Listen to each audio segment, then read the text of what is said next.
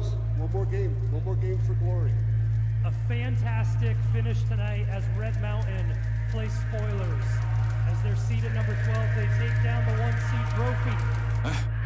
Remember back in the day when you taught me to live and I taught you to pray. We went in the battle together, no matter the weather, we never delayed. You gave me commands, I always obeyed. I never let you go astray. I never thought I'd see the day that you would come and just betray me. Sick of playing silly games, you never loved me anyway. You should not have let me get away, cause now I'm hunting for my prey. I'm bigger, I'm better, my mind is a weapon. I won't ever let up. You try to break me down and I'ma just get up. They ask me how I did it, I'ma just tell them I rose up. I'm a survivor.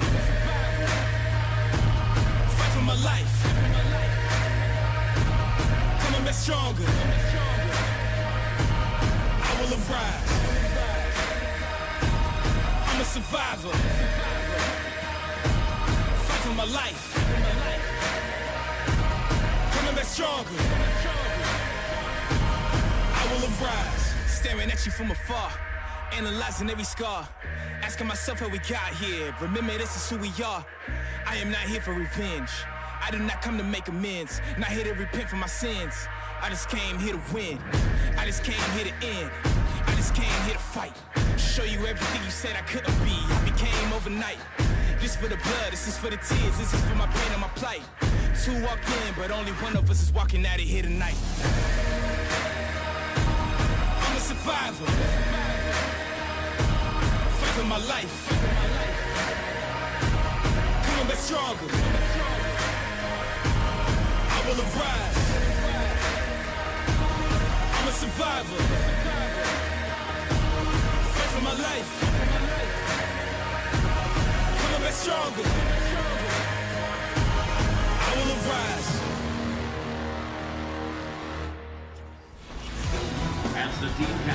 The past 13 weeks have all led up to this. It's the 6A Arizona State Championship game, and the two teams left standing, the Saguaro Sabercats and Red Mountain Mountain Lions. Greetings and welcome, everybody. Alongside Chris Andriotis, I'm Zach Warhack. And Chris, two teams that we may have not thought would make it to this final stage of the playoffs, battling this afternoon at Mountain America Stadium, the home of ASU. 11 combined losses on the season between these two teams. Yeah, there are definitely no perfect records here. A lot of bruises and bumps, but these teams have persevered. And I think because of those schedules that they played, they put themselves in a position to overcome some adversity. And both of them had fought through that and gotten to this point. It's pretty impressive. Tough schedules have been the key to get to this moment, and both teams battle-tested, as you mentioned. The biggest storyline last week, Red Mountain, the 12 seed, knock off number 1 Brophy with a 2-point conversion from Zay Savoy in overtime. Yeah, it was an unbelievable win. Going for it, a run play from the 3, which is, something you don't see very often. Usually you throw the ball, and just the faith that they have in their offensive line and their running back, Isaiah Savoy. On the other side of things for Saguaro, they got their revenge against Sal Point. Had lost to them earlier in the season, 21-14. They make a statement last week with a 42-24 win, and these two teams match up really well against one another. Fast, physical, both efficient run games. Kyle Enders, the head coach for Red Mountain, fired up, and his team, they feel like they're underdogs playing with house money. Yeah, and both these teams really want to come out and run the football. And I think if one of them is able to establish a run game consistently, that could be the difference. And then, it always comes back to the quarterback play. Which quarterback is going to make a play to elevate their team to the championship? As for Saguaro, a little bit of history with their head coach, Zach Hill, the offensive coordinator for ASU for a couple of years, and then he won a state title on this field last year with ALA Gilbert, and now his team back in the state title game. Red Mountain have won the toss, and they elect to defer as Kai Evans gets things set up on the right hash here at Mountain America Stadium. The final game of the season for both of these teams. You cannot leave anything on the field, and you have to pull out all stops. Red Mountain in the red pants, white jerseys, kicking from left to right. Saguaro all blacked out with the yellow numbers as we are ready to get underway. Kai Evans fakes it, and it's an onside kick from Red Mountain. They go up can't stop it in the return. Coming down the far sideline all the way across the 20. Well read by Fred Parsons, able to get there on the onside kick attempt, and already in the red zone are the Saguaro SaberCats. Yeah, that was, I mean, I like the idea, the aggressiveness there, but a bit of a botched kick. It hopped one extra time. If it had just stayed in the air a little bit longer, the Red Mountain player would have been able to come down with it cleanly. You know, you got to take chances. Like you said, fire all your bullets in this game. Oh, we talk about Red Mountain feeling like they're playing with house money. That decision there on the special teams unit, not afraid to try and get the ball even with deferring the toss. And this is just prime territory right at the 20 for Saguaro in their offense, which has been dynamic on the season, led by Mason Bray, the senior quarterback. Yeah, they like to take some shots. They have some very talented wide receivers, and Bray is an excellent quarterback. This does, you know, the one positive is it takes away their deep shots here. They're inside. They're in the 20 already, so. Empty set and a swing pass down to the bottom of the formation left side. That goes to J.C. Dickerson, and a great tackle forced out of bounds by James Krieger. Missed a game earlier this season, but he's an integral part to this secondary. Yes, he is. And then having all their linebackers playing at a high level and adding that extra, add-in guy from the third level just makes it harder to run the football. Still an empty set look here for Saguaro on second down from the left hash. And Bray goes with a hard count check with me game. He has Mason Whitaker to the far left of the formation, and just inside of him, it's Jaden Matthews, the running back, out of the backfield in the slot. Bray goes for the end zone, out of the reach of Whitaker, off his right hand. And a good stop there for Red Mountain as they force third down, and that's one of the reasons they're not afraid to go with the onside kick. This defense has been stout all season. Stout all season, and really seems to have hit his stride as they got into this playoff run. They've started bringing a lot more pressure, playing more man coverage, and that's one of the keys is getting home with their pressures. 5 wide again for 3rd and 7. And Saguaro sit for a moment as Mason Bray checks the sideline and communicates with his offensive line. Red Mountain make the adjustment in the secondary and stem at the line. Here comes the pressure. Red Mountain get in. It's a screen pass up the middle. Great blocking into the end zone. J.C. Dickerson. Yeah, it was a tunnel screen. They were anticipating a blitz, and Red Mountain did bring, I think it was 6 or 7 there, and they had one guy to beat, and the lineman timed it up perfectly and blocked the defensive line. And he walked in. A 17-yard touchdown reception for J.C. Dickerson on the first drive of the game that started from the 20 for Saguaro off of the onside kick attempt. And now in on the extra point, Bo Hampton, the junior, set to give it a try. Hampton fires it up and through with those college goalposts, a little bit of something to pay attention to today. These high school kickers used to going after a little bit of a wider target. But that time perfect, and Saguaro on top 7-0, 11:02 left on the clock in the first quarter, and we'll be back on RMTV.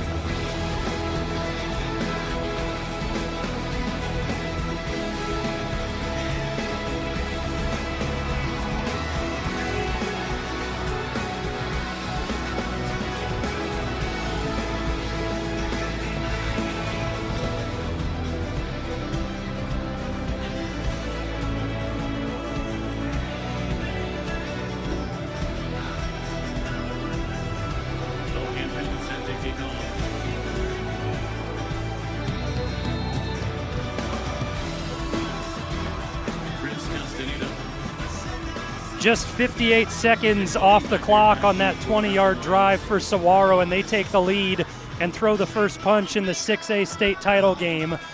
And it comes down to how Red Mountain can respond, right? They've been playing from behind time after time this year. They came back from a 21-point deficit against Brophy a week ago as Gunnar Moore takes the kickoff out across the 20. Yeah, I think this team just doesn't have any quit in them, and I think they're going to fight you to the end. Testament to they lost 5 games in a row, going in to end the season, and stayed together and stayed the course. and they've gotten hot at the right time. So I don't think they're going to get down and get caught up in looking at the scoreboard. They're just going to keep playing. You bring up a great point. When I spoke with Kyle Enders earlier in the week and this morning before the game, he said this team has no quit. When they were down 21 against Brophy, they weren't afraid. There were guys on the sideline saying we're better than them, and Enders was saying, guys, you're down 21-0. You got to show it. First play from scrimmage for Red Mountain is a run to Zay Savoy as he picks up 3 out across the 25-yard line. And they're going to feed him. He is the feature back, no doubt.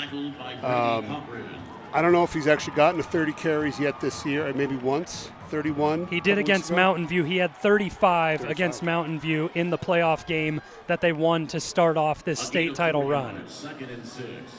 He gets better as the game progresses, so the more carries for him, the better. Lopez out of the pistol on the right hash. He looks to Savoy again, who goes up the middle, and a stop made immediately by Trey Morrison. And now Savoy keeps churning his legs and just goes backwards from that point. But a tough runner who doesn't like going down. No, they marked his forward progress, so it's going to be third and about 2.5. Yeah, he fights hard. He runs. His leg drive is phenomenal. So he's not going to go down with one tackler, that's for sure. This is a game where you want your star players to show up, and Trey Morrison gets into action early, making that tackle on Savoy. He's 7th in the state of Arizona with tackles. That's number 110 there for him. 3rd down and 2 for Red Mountain. They send a few players in motion. Bodie Wagner comes tighter to the formation from left to right. Lopez pitches to Savoy. Savoy tries to get a couple blocks out in front and churns back to the line of scrimmage, but stopped at the 30. It looked like he ran into the back of Cannon Skidmore trying to set things up.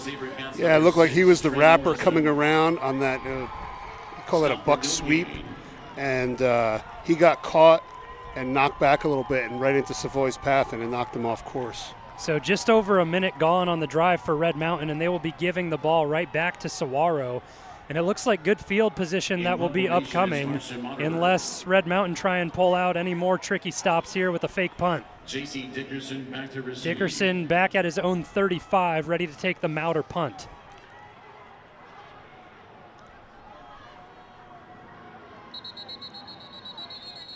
And whistles go as Red Mountain await the snap and a delay of game called.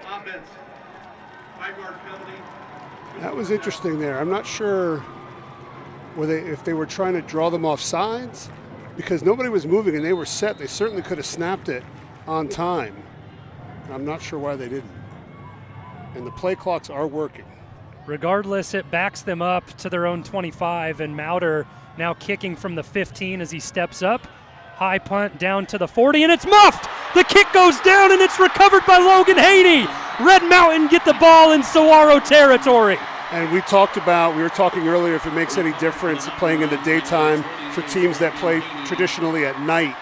And maybe he got a little sun glare in his eyes right there on the return because he muffed it. And the Mountain Lions have the ball in great field position. That's the second time a Carson Mouter kick on the season has been muffed. J.C. Dickerson scored the opening touchdown for Saguaro, and now he muffs the punt. Personnel change with Diego Villalobos coming into the huddle late for Red Mountain on the line. And they like to put him in at fullback for the Wildcat package.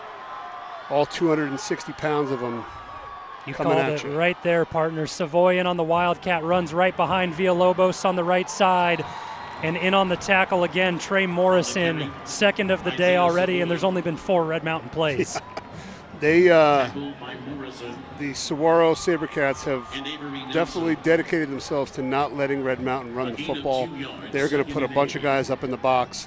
There's not a player that's further than 8 yards off the line of scrimmage right now. Simon Lopez only threw 14 passes last week against Brophy. One of them was a touchdown to Bodie Wagner. And this time, Red Mountain go empty set. 4 wide receivers to the left of Lopez and Preston Heap on the right side of the formation at tight end. Lopez sprints left, has a lot of room to work with, and tucks it and picks up a couple, goes out of bounds on his own sideline, and a flag flies late. Yeah, he was definitely out of the field of play, and that defender gave him a little extra going out of bounds, so that's going to be a 15-yarder. Elias Johnson guilty of the penalty that time around for Saguaro.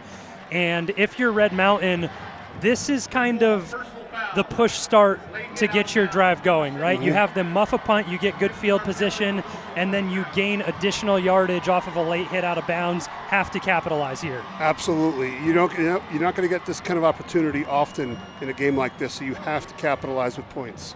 Red Mountain inside the red zone for the first time today. The ball spotted at the 18 of Saguaro with 7:48 to go in the first, and they trail 7-0. This is a new formation. This is we used to call that Viper, 3 backs. Oh, they're shifting. They motion out, so 2 tight ends, 2 receivers, and Savoy in the pistol with Lopez. Lopez fakes it, end around Gunnar Moore. Tries to run behind Yosenis and has nowhere to go. And the Saguaro defense continue to stand their ground. And this is a battle of wills right here. This is Red Mountain determined to run the football because they know it's their bread and butter, and Saguaro determined to not let them. So something's got to give here, and so far Saguaro winning that battle up front. A loss of 3 that time for Red Mountain, backs them out of the red zone at the 21 now. Bodie Wagner at the left side of the formation, isolated for Red Mountain, back in that Viper formation you mentioned last play. Lopez snaps it, goes to Savoy up the middle, and he chunks forward, gets across the 10, and it'll be 3rd down and short, just a yard to go for Red Mountain.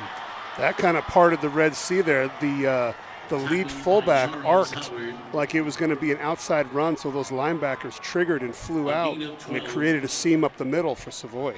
Heavy personnel incoming for Red Mountain as both Bodie Wagner and Gunnar Moore, the 2 top receivers for this team, check out of the game and onto the sideline. It's the Wildcat with Savoy to take the snap, and Lopez all the way on the right side by the Saguaro sideline. Yeah, so it's 3rd and 1 here. Savoy up the left side, and he has enough for a first down. He gets out across the 5. This is where Red Mountain succeed, right? That power running game with the Wildcat formation inside the 5. Yeah, and it seems like whenever they can get within that 5-8 yards of the goal line, it's almost like they can smell it, and they get up on their haunches a little bit more, and they play a little bit better.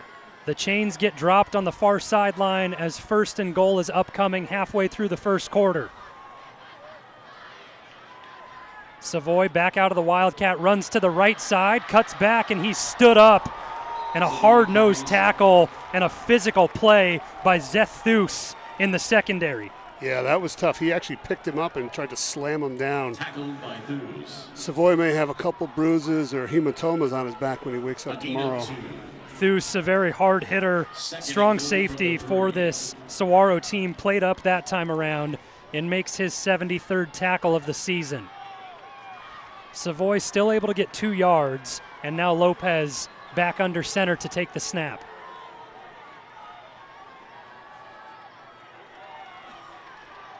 Lopez gives to Savoy left side, and he is swallowed up by Saguaro. Tries to put a second effort in, but planted down by Leger Salas. Yeah, it's tough sledding there. The whole bunch of big bodies in that point of attack there.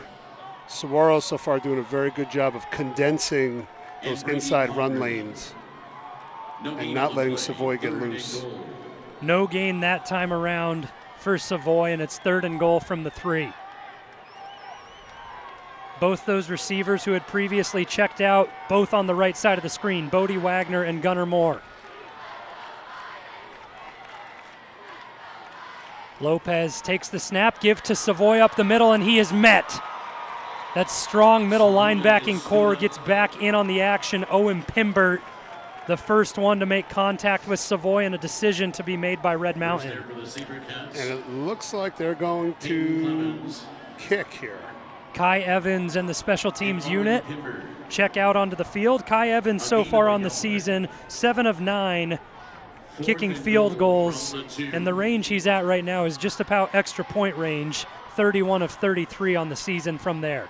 And he's right down the middle, and you mentioned the smaller, more narrow goalposts. The hashes are still high school regulation. Oh, he was early. An early jump from Saguaro, so maybe trying to get in and make a block, but that's a big penalty.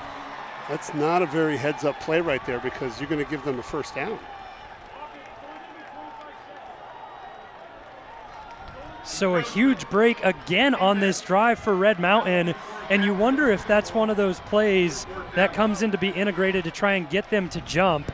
But the down doesn't reset to first. They keep it 4th down, and Red Mountain going to have to work quick. They decide to put the special teams unit back on the sideline, and they bring the offense back out just a yard to get into the goal line. Red Mountain fans on their feet. Savoy out of the Wildcat. They go right side. Savoy walks into the end zone, and Red Mountain equalize. Great play call there. They went a little bit further off tackle on the perimeter.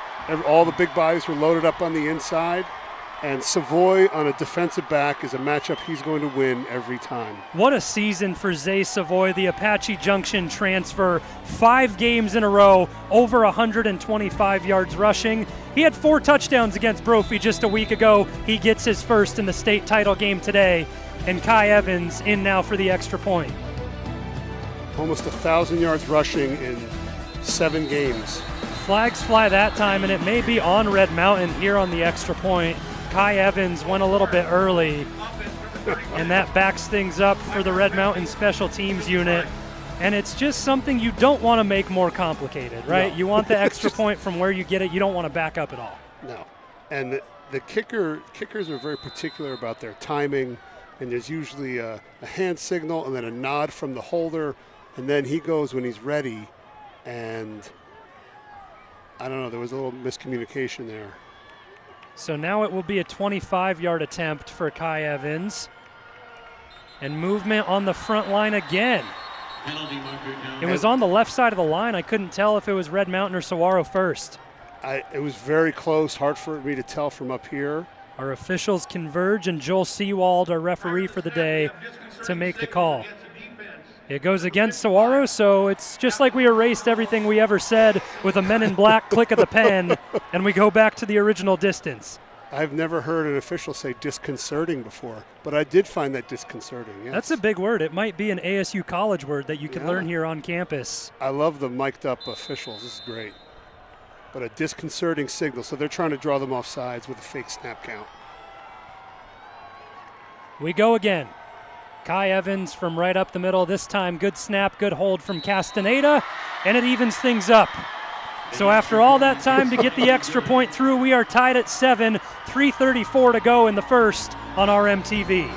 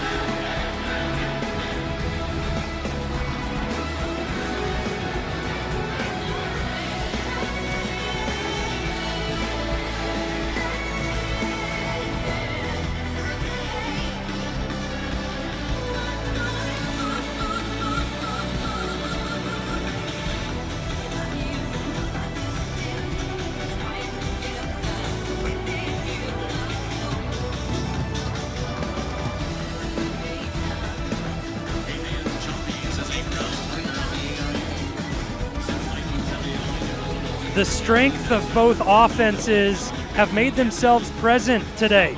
It was a J.C. Dickerson touchdown reception for Saguaro, answered by a 1-yard rushing touchdown from Zay Savoy. And now Red Mountain set up on the right hash to kick things back off to Saguaro. And a drive that they needed to have to kind of stay mentally in the game here and to keep Saguaro on their toes. A great answer, helped by the muff punt, and we are evened up. With that 1-yard rushing touchdown from Zay Savoy, that puts him in double digits for the season, number 10 on the year. This kick received by Jaden Matthews as he switches field to the right side, and when he gets in the open, he can make things happen. Gets out to the 40 and he was slowed down by a touchdown-saving tackle of Nathan Smith.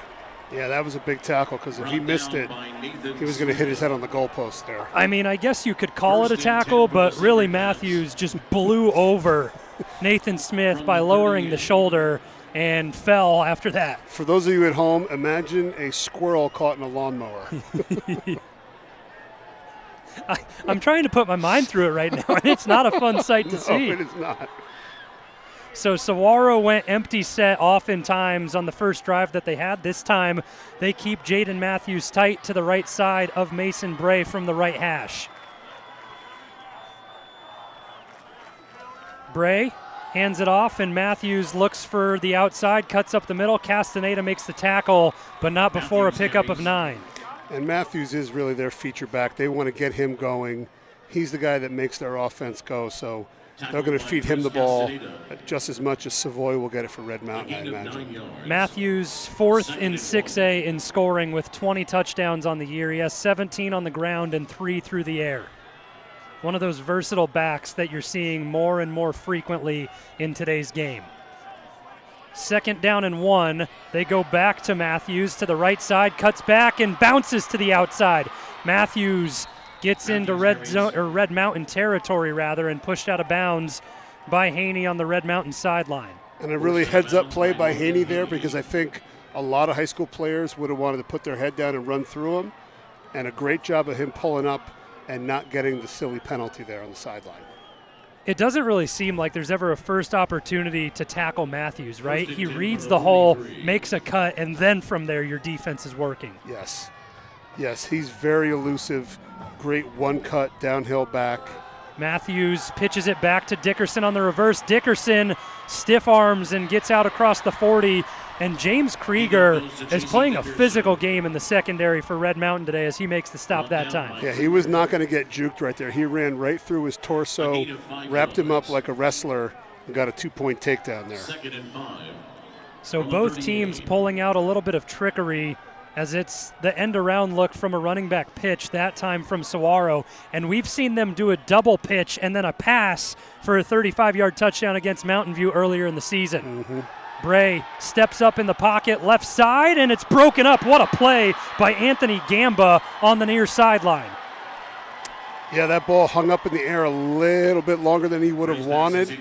Bray's very good at sliding around in the pocket and finding a throwing lane, and he has an arm. He can sling it.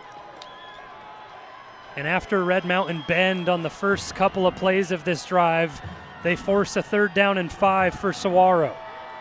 They have it at the 38, left hash.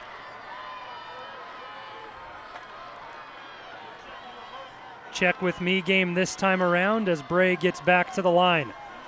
Jacob Brown in it, running back to the left side of Bray. And a timeout taken by Saguaro as they want to get things settled and set up. Yeah, it's a good use of the timeout there, 3rd and 5. I would imagine they're in 2-down territory here, being how well their defense has played in the open field on the last drive. So I'd imagine they're going to go here. Both defenses have made statements, being really physical. We've seen a couple of big hits from James Krieger, and on the flip side, Zeth Thus picked up all of Isaiah Savoy, all 195 pounds, and tackled him down to the ground. So defense is not messing around today. Kyle Enders getting things sorted out with his on the far sideline for Red Mountain. Both teams really want to come out and set a tone, and you do that with your level of physicality early on with hopes that you're going to wear the other team out by the 4th quarter, and that's when you could take over. Certainly what Red Mountain's done and leaned on the last few weeks, so I'm sure Saguaro, their coach's point of emphasis was, you're not going to get pushed around, we're going to go right at them and show them that we can be physical as well. At this point in the game, the nerves have gone away, right? The pads have popped a couple of times. You got your initial contact. The butterflies and anything that you had pregame is gone, and you're in the zone now. It's business as usual at this point. Now it's relying on your techniques and your coaching and just making plays. Saguaro pass back out of the gun, this time on 3rd down, and a second effort from Camden Siegel is marked just shy of the yard to gain. He picks up like 4 3/4 there. the nose of the football is basically going to be on the first down marker. Some agility there by getting an extra 2 steps in when he was falling, and was able to lunge very close to the first. And I think they're going to go here. It's 4th and a very short 1. Saguaro keep the offense on the field. They go out of the gun. As we've talked about this season, you can't pull out the tush push in high school. You can't assist the runner forward from a quarterback sneak. And Red Mountain want to get a look, and Kyle Enders takes his first time out of the half. No, like you said, you cannot. You know, you might think differently if you watch the first Mountain View Red Mountain game at the end, but you're right. It is illegal to assist the runner forward. An ever so important yard upcoming. I wouldn't be surprised if Saguaro come out of this timeout with Jacob Brown in at running back for their personnel. He's just a sophomore, but a real bruiser of a runner. What's his size? 5'11", 190. That's a big boy.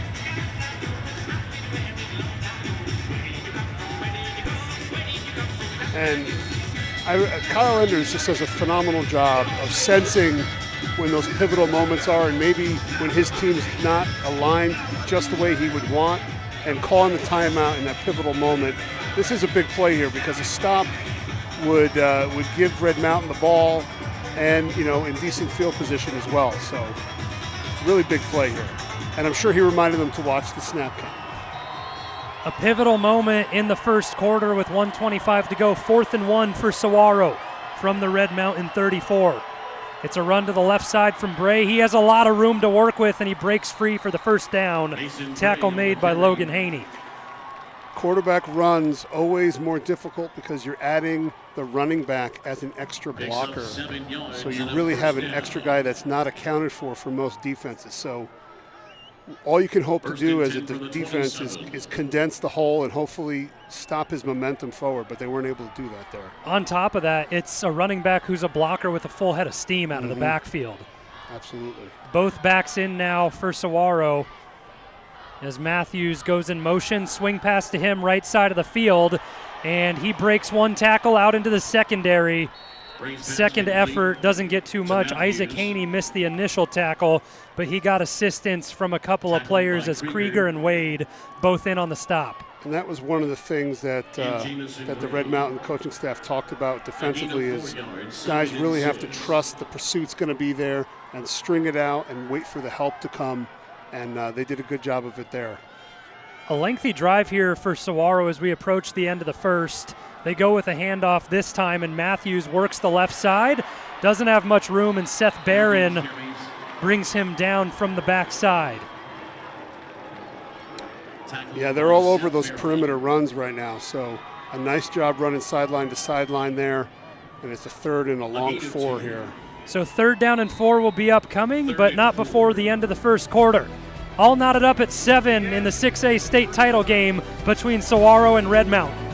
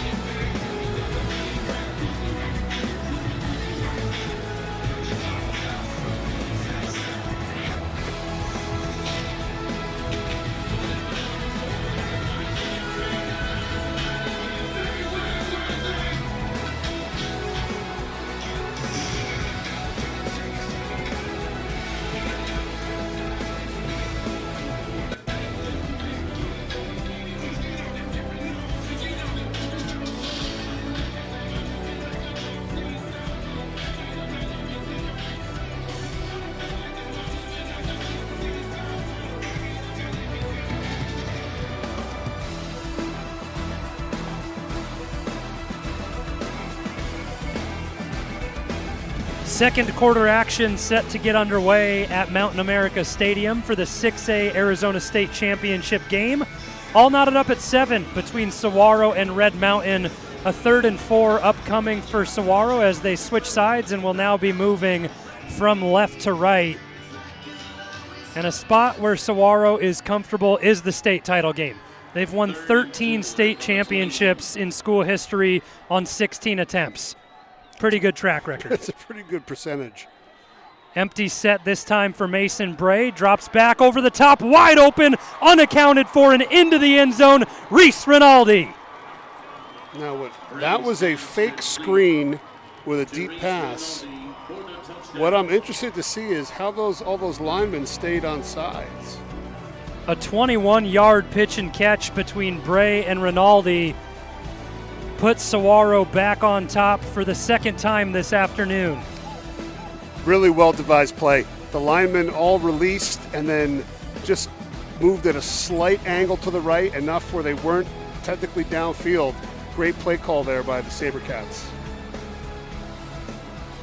Extra point stays true, and it's a 14-7 lead for Saguaro, and a big play to start the second quarter, right? Just making a statement, getting into the end zone immediately. And I think what they're doing, what the chess match is, they're really trying to get Kyle Enders out of his pressure looks on 3rd and 4th down. That's what they're really trying to do, because then they can operate and do their normal stuff. And I don't know if he's comfortable doing that, and he might just stay the course and maybe spy the guy they think is going to get the ball, but I don't know if they're going to get out of their pressure. They've kind of hung their hat on, this is who we are the last few weeks, so I can't imagine them just abandoning the blitz completely. And now another opportunity for the Red Mountain offense to respond. Wagner, Moore, and Castaneda all back deep to return. And the rest of the Red Mountain special teams unit backs up as they were awaiting what Saguaro was going to break out into from the left hash for the kickoff. Yeah, it's one of those things where they huddle up and they blow it in so they can actually kick off from the huddle. So you have to mirror what they do. Line drive checks up, and it's scooped up by Castaneda, who goes down at the 25. And a comfortable spot on the field for this drive for Red Mountain. It'll be the 3rd of the game for them. And we'll see what kind of play calling they bring out this time around. It's really been all ground and pound up to this point. Simon Lopez has not let a single pass fly. They did that one rollout to the left side, but he ended up running it out of bounds for a gain of 3. And I think a couple of the things, talking to them over the course of the week, the one, they want to stay on schedule. They don't want to be in 3rd and 10. They want to be in 3rd and 3. So running the balls is part of that. Out of that 2-up back set, the give to Savoy, and he gets forward for a couple. But the defensive line of Saguaro has been really stout. Guys like Christian Nunnally, Jonathan Gallardo, and Brady Cochran have been firm at the front side for them. Yeah. And the other part is, Saguaro has a very potent offense. So keeping them off the field as much as possible by controlling the clock is also factoring in as well.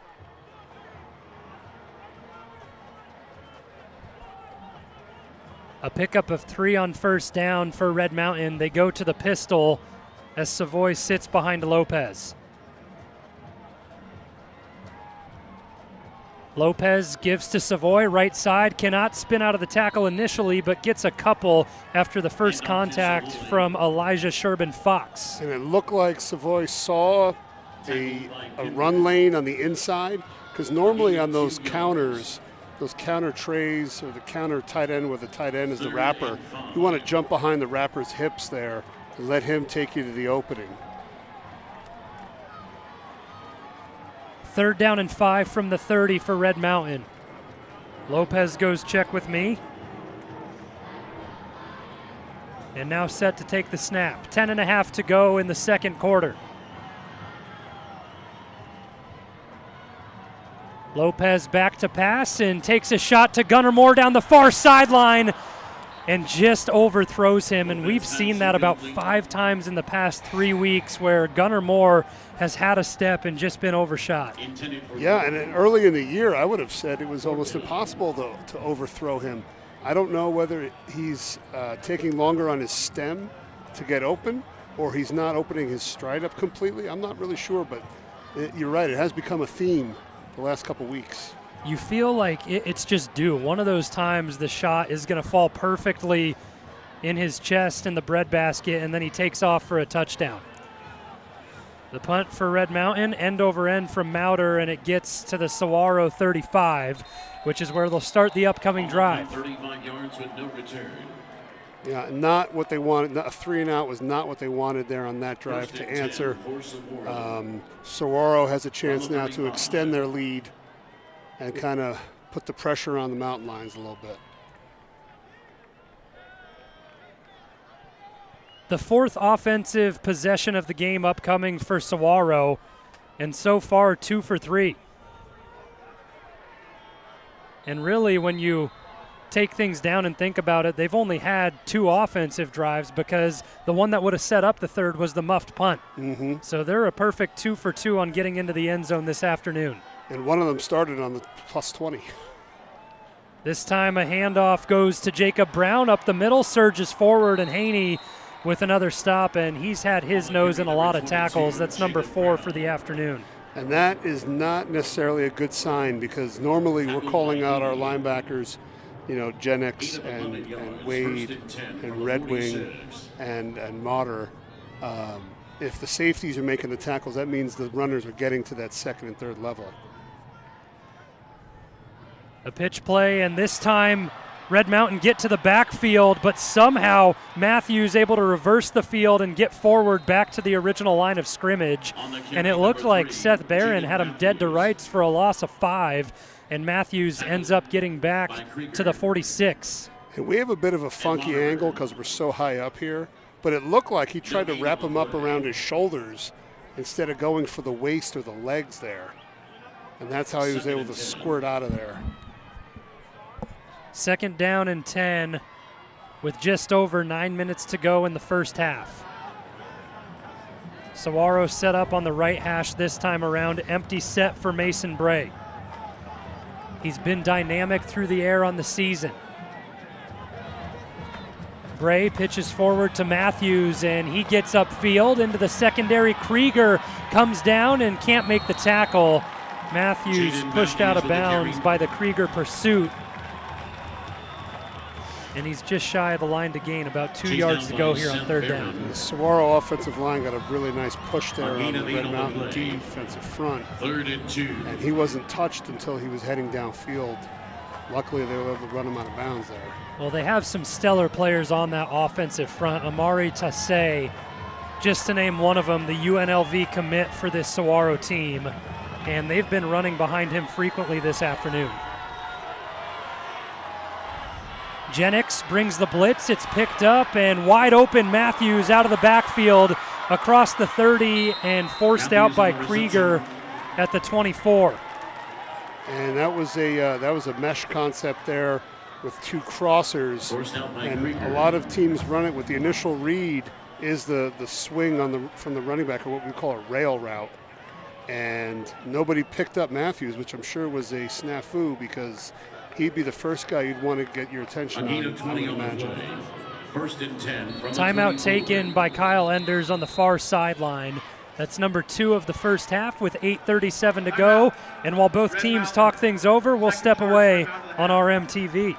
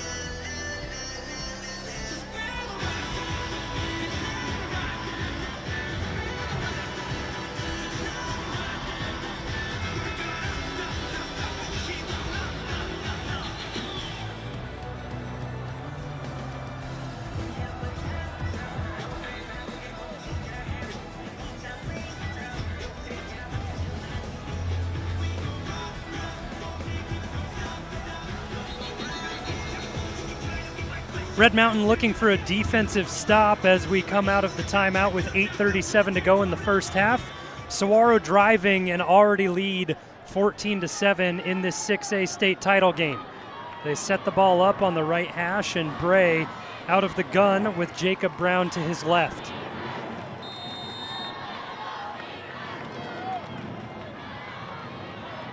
Bray gets the snap, goes to Brown up the middle, and Brown spins out of a tackle but is met by the linebacking core of Red Mountain, Lucas Wilson, the first one in to make the tackle. Seeing a lot of missed first tackle attempts from this Red Mountain team, which is not something we're used to seeing. They're usually a very sure tackling team, and I'm sure it's part of it, the elusivity of the Saguaro skill players, but they got to start wrapping up and running their feet. 2nd down and 7, Bray with the give again to Brown, and that time Junior Nixon makes sure to bring him down. He missed the tackle on the previous play, gets him this time, but not before a first down is picked up. Tackled by Junior Nixon. Yeah, Saguaro has kind of established the line of scrimmage here in the run game. And Red Mountain's going to have to come up with an answer for that, or they're just going to ram it down their throat. And you talk about the importance of that initial tackle, because these skill players for Saguaro, they're fast, they're elusive. If they make one cut, they're gone. This time the handoff to Matthews up the middle, and Jamison Wade wraps up and puts a pop on him that time. Another 6-yard chunk. Brought down by Wade. It's really just a testament to the interior of this offensive line for Saguaro. Yeah, on film, watching them, I watched most of the games, and I thought the Brophy offensive line was one of the best ones I had seen all year. And Saguaro is playing better than they are right now. Well, Mark Martinez, the offensive line coach for Saguaro, he stuck with them after the Jason Mons era was over and Zach Hill came in as head coach. Martinez wanted to stick around. Bray passes right side of the field, connects with Siegel, and he stopped immediately. Castaneda making an impact. Yeah, they tried a little bootleg, and Red Mountain was not fooled there. And it'll be 3rd and 4. Inside the 10 now, as Saguaro have it from the 7. The question is, will Kyle Enders dial up a blitz, or will he play coverage here? Last time they tried it, they got burnt. Yeah. Student section and fans alike for both sides on their feet. It's a reverse, and it's Dickerson into the end zone. He loses the football. Oh my goodness. It's a mad dash to see who gets on it. There were a couple opportunities for both sides. Castaneda was the first one in. He missed it, and the officials will have to sort this out. It's Red Mountain football. It seems like they have gotten every break that they've needed this season, and they get another one. Dickerson was going into the end zone. James Krieger puts his hat on the ball. Krieger already has 6 tackles in the first half and a forced fumble. And to describe it for you at home, if you remember the old John Elway helicopter spin trying to go in, that's exactly what happened. He was caught midair, spun around, the ball came out, and the Mountain Lions recover it. What a play. So they stopped Saguaro from getting into the end zone, but now they have to get out of their own end zone. The ball at the 1-yard line following the fumble recovery. And it's a Wildcat setup. Check that. Lopez in front of Savoy. Savoy with the give, and he reaches across the goal line just to get out. What a heads-up play by Savoy. I don't know if I like that handoff play from that deep out of the gun in the end zone, kind of a pistol look. You're starting behind the sticks there. The old-fashioned football coach in me does not love lining up on your one in a shotgun formation. I just don't love it. But I know it's the way of the world now. The Boo-Birds come out from the Saguaro sideline as their fans think that they had a safety. And it's hard to tell. I don't think his knee was down. I think he really did lunge and get the ball out of the end zone. But I would imagine we'll see a different kind of look here on 2nd down from the Mountain Lions. Gunnar Moore comes tighter to the formation from right to left. Lopez out of the gun, it's a pass. Savoy out of the backfield, catches it at the 1 and gives some breathing room as he gets out to the 4. I like the idea It's an easier way to get your back a touch in space, a little swing route there. I think we should see some more of that from the Mountain Lions. Gives them, like you said, a little bit of breathing room, but not a lot. Omar Lascano did a real good job sizing up Savoy and making the stop. There haven't really been many second efforts awarded to the Red Mountain position players. Lopez out of the gun again, goes hard count, and the check with me game continues. Yeah, and it looked like this is a straight drop back kind of situation. Saguaro looks like they're bringing pressure here. They back off into coverage, but one off the edge. Lopez able to escape and get across the goal line, but he's stopped at the 1, and a flag comes in late. Lopez. We'll see who the flag is against. It looks like on the line, Yosenis went down late and got popped. I'm not sure if that's the call, or it could be a hold with how much Lopez was scrambling. Or an aiding the runner even, because they did kind of push him out. Personal foul with targeting defense number Targeting against Saguaro, and that will give a first down to Red Mountain. Like you said, every break. You get a muffed punt, you force a fumble on the 1 yard line, and you get a personal foul to get out from your own end zone. It's now 1st and 10, and they have the ball at the 17. Well, there's a coach's saying that goes, sometimes it's just better to be lucky than good. And they are certainly getting some luck on their side today. With only 4:15 left in the first half, there's a great chance for Red Mountain to drive all the way down the field, score to tie things up, and then get the ball to start the second half if they can put one together. Looking at the replay, I think they called it because he did come in and hit with his helmet, lead with his helmet, but he was the 4th defender. They had already blown it dead for forward progress, and he came in and laid a lick on him late. Just something to keep an eye on the near sideline. Jaden Matthews, running back for Saguaro, working with the trainer. He pops off the table and maybe a little bit of a limp, but he looks like he's ready to get back into the game when the offensive opportunity comes. I'm surprised they didn't put him in the little pop-up tent there. The Honor Health pop-up tent on the near sideline not put into use. Lopez back to pass, deep shot, Gunnar Moore over the top, wide open. Moore has room out in front of him, all the way to the end zone. You said he was due, and he pays it back in a big way there. What a play. 83 yards, Gunnar Moore. And that is going to definitely put some fear into Saguaro. I'd imagine we'll see some softer coverages, and that's what you have to do. If they're going to play press man and load the box, you got to air it out deep.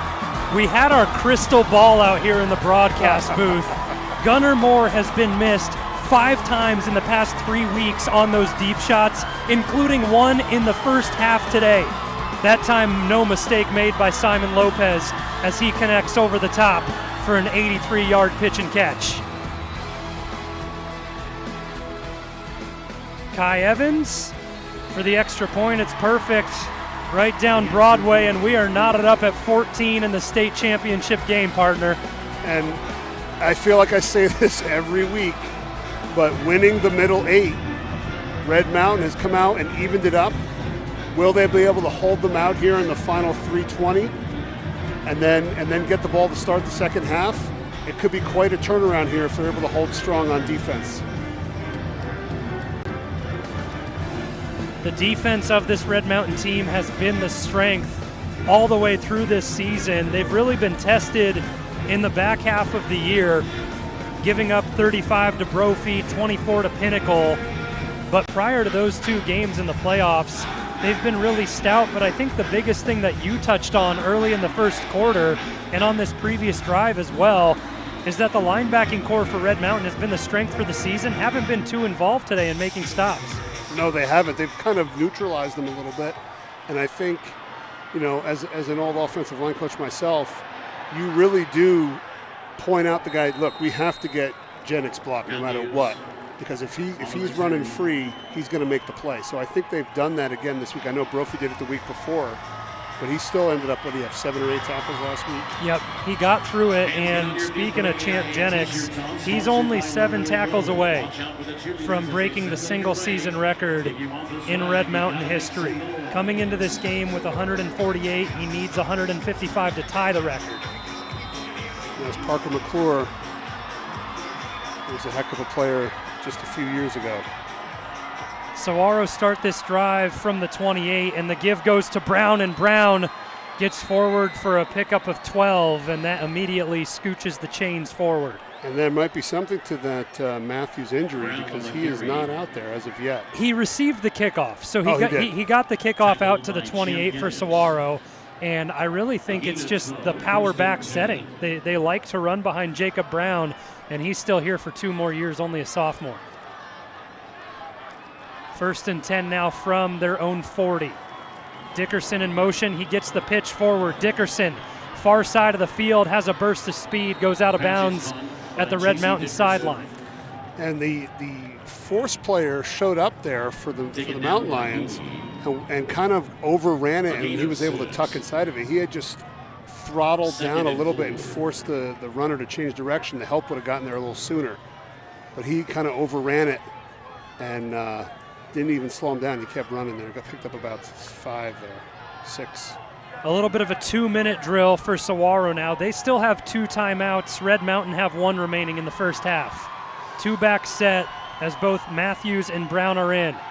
Bray looking downfield. He has Dickerson open down his own sideline, and Dickerson gets across the 25 and now into Red Mountain territory. Ball spotted right at the 25. That really was a devious route right there. He actually broke down and looked like he was going to stalk block the defender, who then ran because Matthews was behind him running a swing, and then he just continued to run down the sideline. He was wide open. Mason Bray, just a great passer, over 2,700 yards on the season, 24 touchdowns through the air, including the first 2 that he's thrown today already. Bray out of the gun, he motions Siegel from right to left.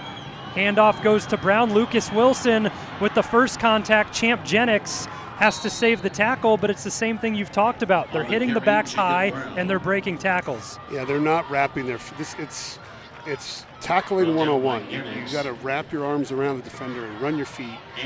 And they're trying to just kind of wrestle them to the ground. And like you mentioned, they're very elusive, and you're not going to be able to arm tackle these kind of backs. Brown in the backfield to the right of Bray, and he has been hot. 5 straight games with a touchdown for Jacob Brown, and a timeout taken by Red Mountain. That's the final one of the half by Kyle Enders. With that, just 1:40 left in the first half at Mountain America Stadium. 14-14. We'll step away and have the rest of the first half on the other side of the break.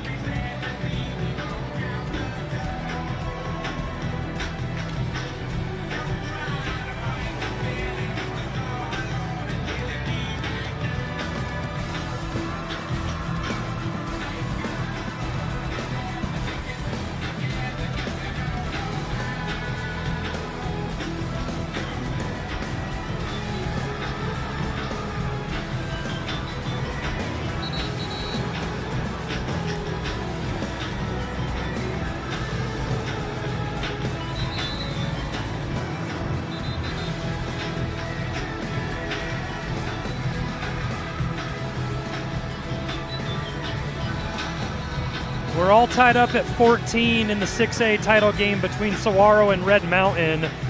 And Saguaro threatening to score before the half inside Red Mountain territory, just outside of the red zone. And Mason Bray out of the shotgun right in the center of the field coming out of the break.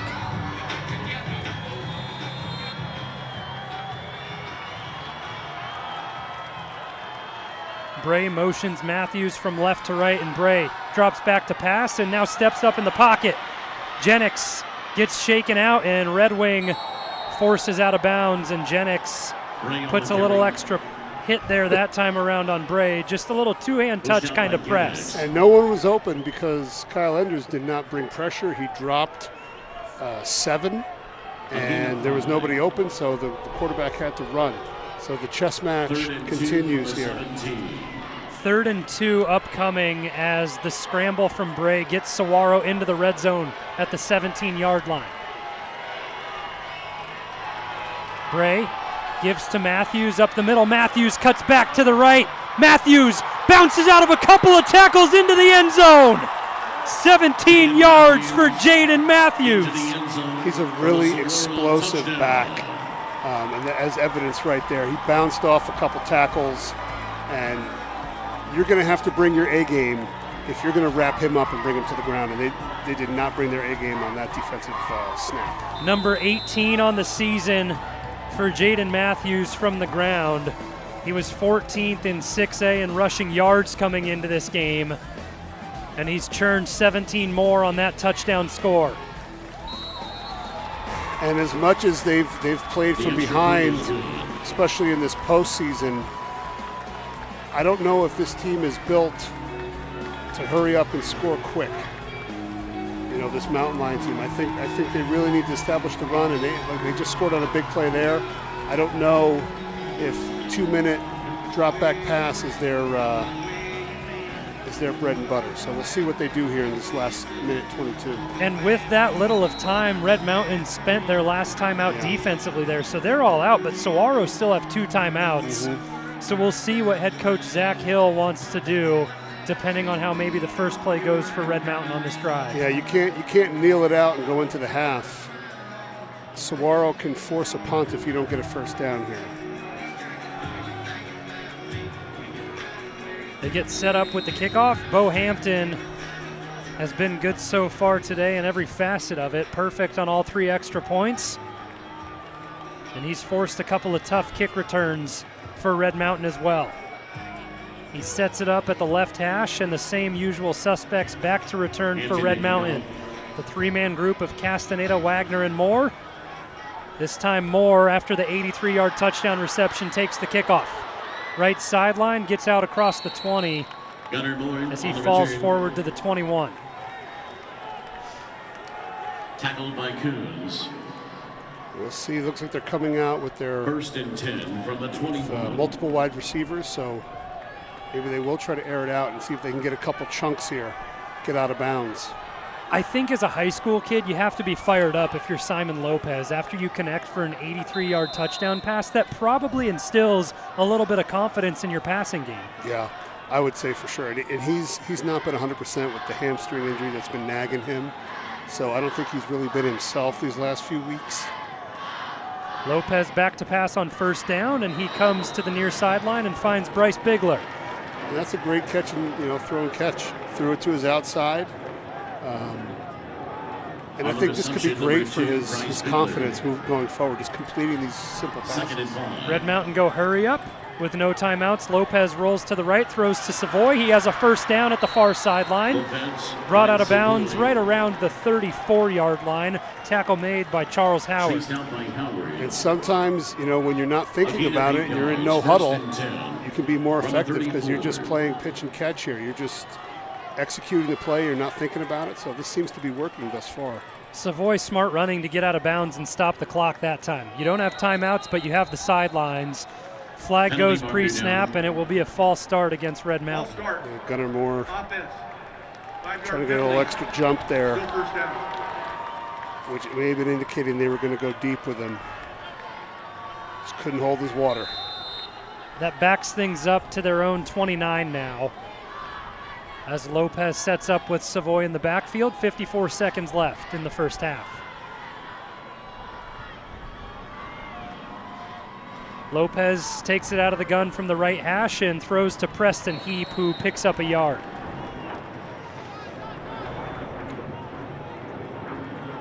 Yeah, they're kind of feeling their way here. I think they just want to make sure they don't give the ball back to Saguaro here to end the half. So they're going to, I would imagine, take another shot or 2. And it doesn't seem like Saguaro too interested in calling timeouts as the clock continues to expire, down under 30 seconds now. Lopez, high snap, able to handle it, and he steps up in the pocket and takes off. Lopez, middle of the field, and a flag on the far sideline in the vicinity of Omar Lascanzo as he was set up and playing a little bit of defense against Skidmore. Yeah, they were just running a stick concept there. I think they were trying to work something on the backside with the man-to-man coverage. Is it pass interference? Well, it was Paxton Thorstad in the area as the receiver, and the officials talking things over. Thorstad now comes out of the game. Gunnar Moore back in. Holding. Defense, number 21. Defensive holding is the call, and it goes against Lascano. The game clock will And it makes it 2nd down and 1 from the 43. So 17 seconds left on the clock. It will start when Red Mountain take the line. Yeah, they blow it in right here. Lopez out of the gun. Right around midfield for Red Mountain. Bigler goes in motion right to left and circles back. Bigler looking for a double pass, and he's brought down behind the line. It looks like there may have been some miscommunication there as Bigler was trying to throw it and nobody got deep. It was a pass, and 2 defenders literally picked up Gunnar Moore and threw him out of bounds.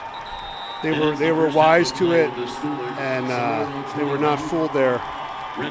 Physicality shown on the far sideline. It was Zeth as well as Omar Lascano.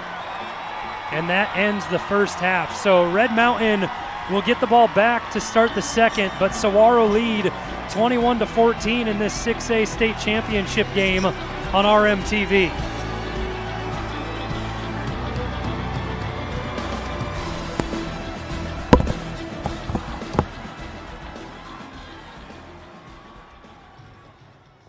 Ball game will be decided on this play. Everything here right now, all the guts for all the glory.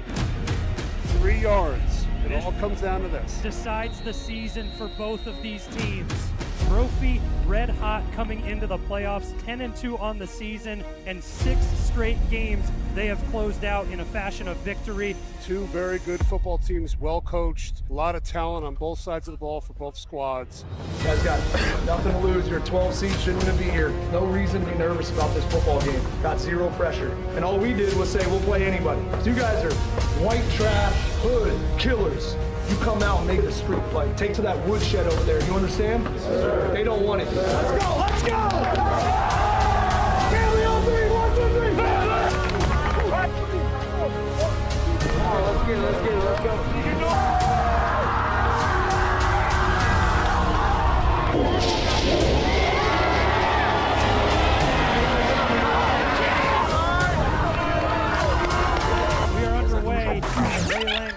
Central High School finds the outside to the right side of the field and has room. McGinnis all the way to the house for 52 yards.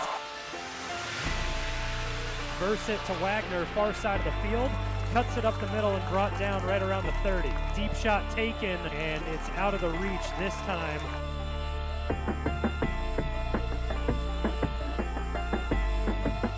Pass and a screen set up to Estrada, and he is met immediately, brought down. Lopez has to evade the pressure, and he cannot.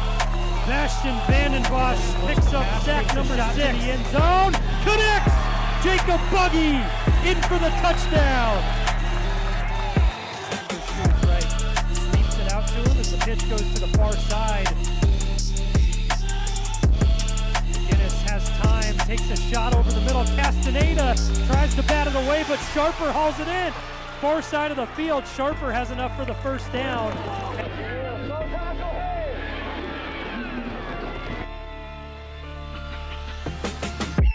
Time to Estrada. Estrada gets forward up the middle. Estrada breaks tackles into the end zone. Touchdown, Brophy, 33 yards. Goes quick over the top, and he finds Skidmore for a first down. Lopez facing pressure again, escapes to his right, and runs just short of the stick, bottom of the field. Lopez keeps it on the draw, and he is brought down that time. Lopez throws this one, gets it to Moore, and Moore after the catch. Lopez up the middle again and escapes into the secondary. Another pitch and throws over the top. Bodie Wagner into the end zone for the touchdown with 1:43 left. Evans in for the extra point. Throws an out route out of the backfield, finding Chambers. Last one me and Champ had to trade it. Whoa, clear out the room, I'm coming through. They want to see what I'm about. Yeah, I got skills. And that brings us to halftime. 21-7 the lead for Brophy, but Red Mountain hit the ball to start the second half. commas over bullshit. Yeah, I put that on bombers. Savoy They rolls tryna out block to all my his left and blessings. keeps They it. thought I lost a step. And Lopez I picks bet up on me a and my first team. down straight up the I middle. ain't so Savoy into the weapons. secondary. Put on for the whole And a big city. gain of Yeah, 13 to gotta pick up rock a it first with me. down. Still a I bet reverse on me to and my Wagner. team. Wagner, far I ain't side of so the field. He has the sideline.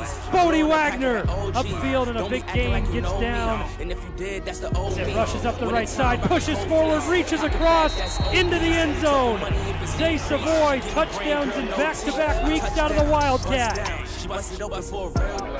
Stay Tommy up, trying to build it up, trying to count it up, hill figures. Don't be chillin' with no lil, no. And if I do, I be real with him. Chase a dream, that's the Skip rolls out and tosses it short this time to Buggy on the right side. Couldn't have scripted Far a better sideline, and ending. it's almost intercepted. Back against pressure, rolls to his right, throws out across, picks up the first down to Buggy. You continue to play with house money. Near sideline, almost intercepted. Camerata up in the pocket again, and he escapes, breaks a tackle. Jennings forces him out of bounds. Watch me isolate, watch me isolate, hey, watch me isolate. Clap the boom, I'm coming through. They wanna see what I'm about. Yeah, I got skills, do it for the thrill. I'm on a paper route. Extra, read about it. I'm today's trending topic. I put commas over bullshit. Yeah, I put that on bombers. They tryna block all my blessings. They thought I lost a stepping. I bet on me and my team. ISO is what I'm repping. Put on for the whole city. Yeah, I got them rocking with me. Gunnar Moore I bet ends on up me and with my it. team. ISO is what I'm He gets a repping. gain of about 9 there. Wow. So there's what you like to call a little razzle-dazzle. Used to work away from pressure.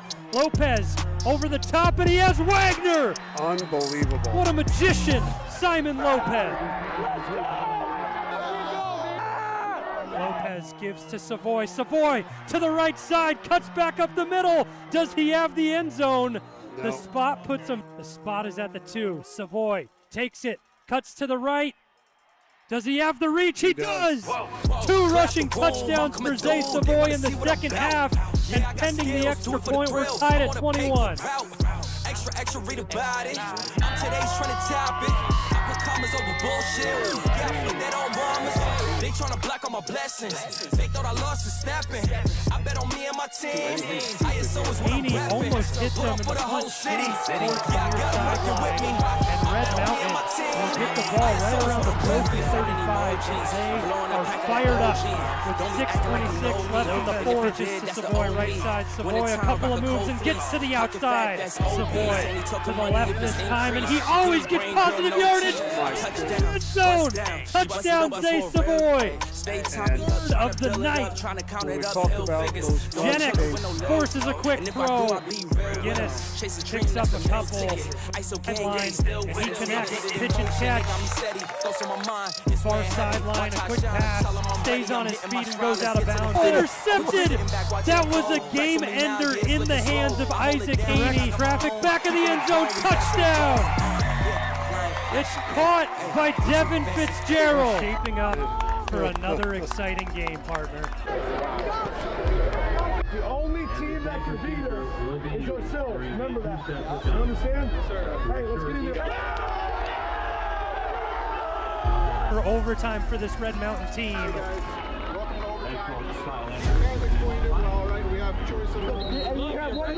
They go with a give to Estrada. The first play, he breaks forward and gets inside the 5. McGinnis sprints out to the right, surges forward, and he's in for his second touchdown tonight. He puts the extra point through again. Now Red Mountain have their chance. Lopez give to Savoy up the middle, and he chunks forward for a few. And Savoy up to the left, cuts back to the right, in the arms, and is brought down. Savoy gets it left side, forward, and into the end zone. So now the question, What will Red Mountain do? and I think they're going to go. Brophy called, they answer. Do Red Mountain want to try and get out of this one right here, right now? They're going to go for it. It's the all or nothing look, or is it Ty Evans? They're going. The ball game will be decided on this play. Everything here right now.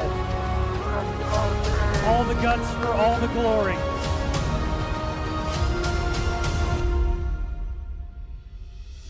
Savoy gets it, up the right side, Savoy into the end zone, Bishop to Rook 9, Oh my Red Mountain win it!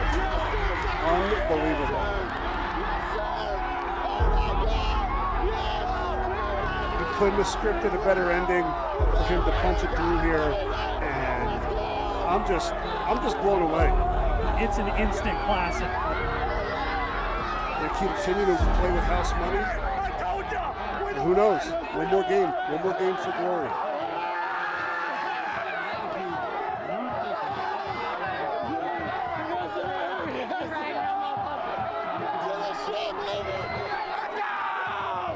We said it at halftime. Remember when Red Mountain was down 21 and came back with a win?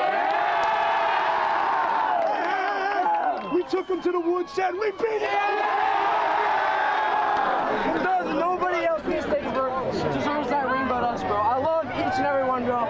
Let's go one more. Let's go get that ring, go. Hey, let's go. Ring on 3, 1, 2, 3. Yes, sir, big win.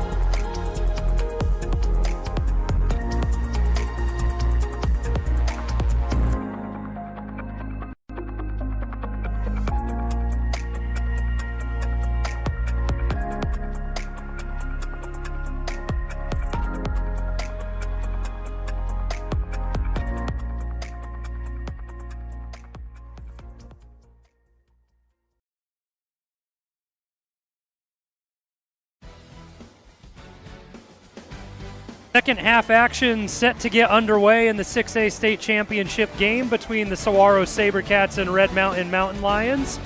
It's a 21-14 lead right now for Saguaro, but Red Mountain set to receive the ball to start the second half. Offensive adjustments that they can make to break down this Saguaro defense. Well, I think you're going to have to throw the ball more than what they have. Doesn't necessarily mean a drop-back pass, but more play action, maybe more end around or those quick screens, swings on the outside. Something to get the ball in the hands of your playmakers. And as for Saguaro offensively, they have won the line of scrimmage in the run game. They have run the ball at will pretty much thus far, and Red Mountain's going to have to make some kind of adjustment in their front if they're going to slow down that run game. The second half kickoff set to get underway at Mountain America Stadium. Thanks everyone for being with us. Alongside Chris Andriotis, I'm Zach Warhack, and Gunnar Moore takes the second half kickoff across the 20 and brought down at the 23-yard line. Some collisions there on that return. Both teams are out ready to hit. The second half is going to be exciting. Nothing being left on the field between these two teams. And the offense gets out onto the field for Red Mountain. The usual grouping. You see Villalobos, Martinez at the line. Bodie Wagner goes over towards the sideline and checks out. And a substitution for him is Andrew Schmier. Savoy sets up in the Wildcat and goes to the right side. Savoy with a little extra room this time across the 30, and he's upended by Omar Lascano. But a nice pickup to start things off in the second half for Red Mountain. A little bit slower developing. He really is an excellent, what you would call a stretch back, where if he can press and continue to work laterally and wait for an opening, and he can plant and get north-south pretty quickly. Nice job of it there. Second down and 3 from the 30-yard line, right hash for Red Mountain. This time, Simon Lopez back under center. He motions Jackson Griffin from right to left. And now Wagner in motion. The fake to Wagner, the give to Savoy. And Savoy doesn't have much room up that interior. Yeah, they just couldn't get any kind of push on the interior there. Those two D tackles from Saguaro are basically like taking boulders and planting them in the middle of the field. Just not getting any push up front right now. They close the lane, and Trey Morrison comes in to finish the job with that tackle, and he's made an impact on this game defensively.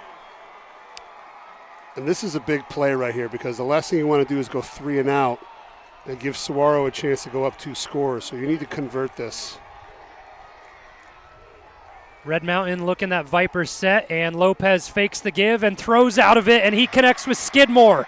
Far sideline enough for the first down, and that's where you can trick things and switch it up a little bit, where all of Saguaro anticipate the run to Savoy that time. It's the play action and the boot from Lopez. And maybe this is just a great rope-a-dope by the Red Mountain offensive staff, just coming out, run, showing them all these different formations, and now they're going to have all their passes and stuff off of that. So it could be just a great job of setting up what they want to do in the second half.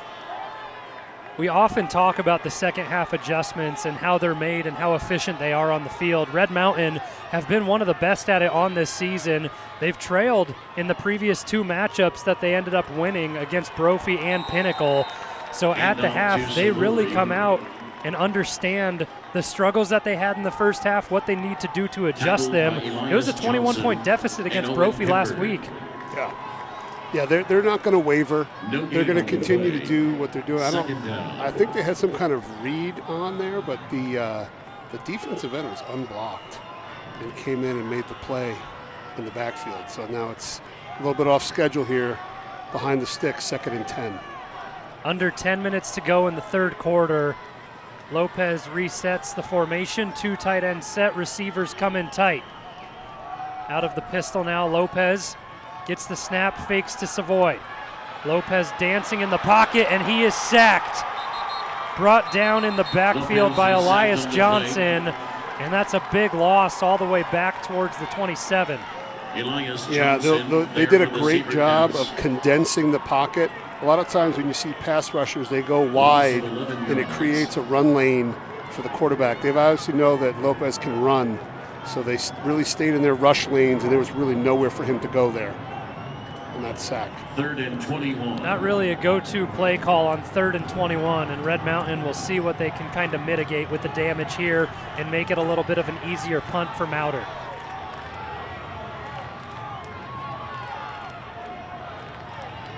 Lopez out of the gun, drops back to pass, and pressure comes up the middle because they set up the screen to Savoy, and he is blown up at the 30-yard line. Hard hit by Omar Lascano, who's had a good start to the second half.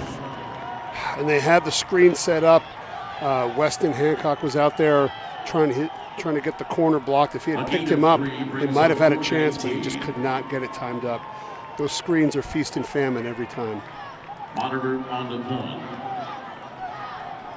Carson Mauter now back to punt, standing at his own 16.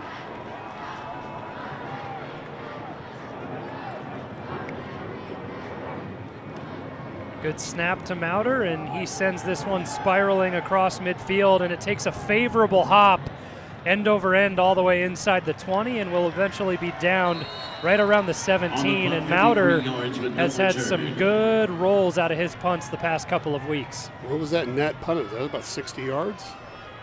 Close to it. His longest of the season was 62, and coming into this game, he's tacked on 1,473 punt yards. Yeah, I don't know what he does with his kicking style, but the ball is very gnarly coming off his foot.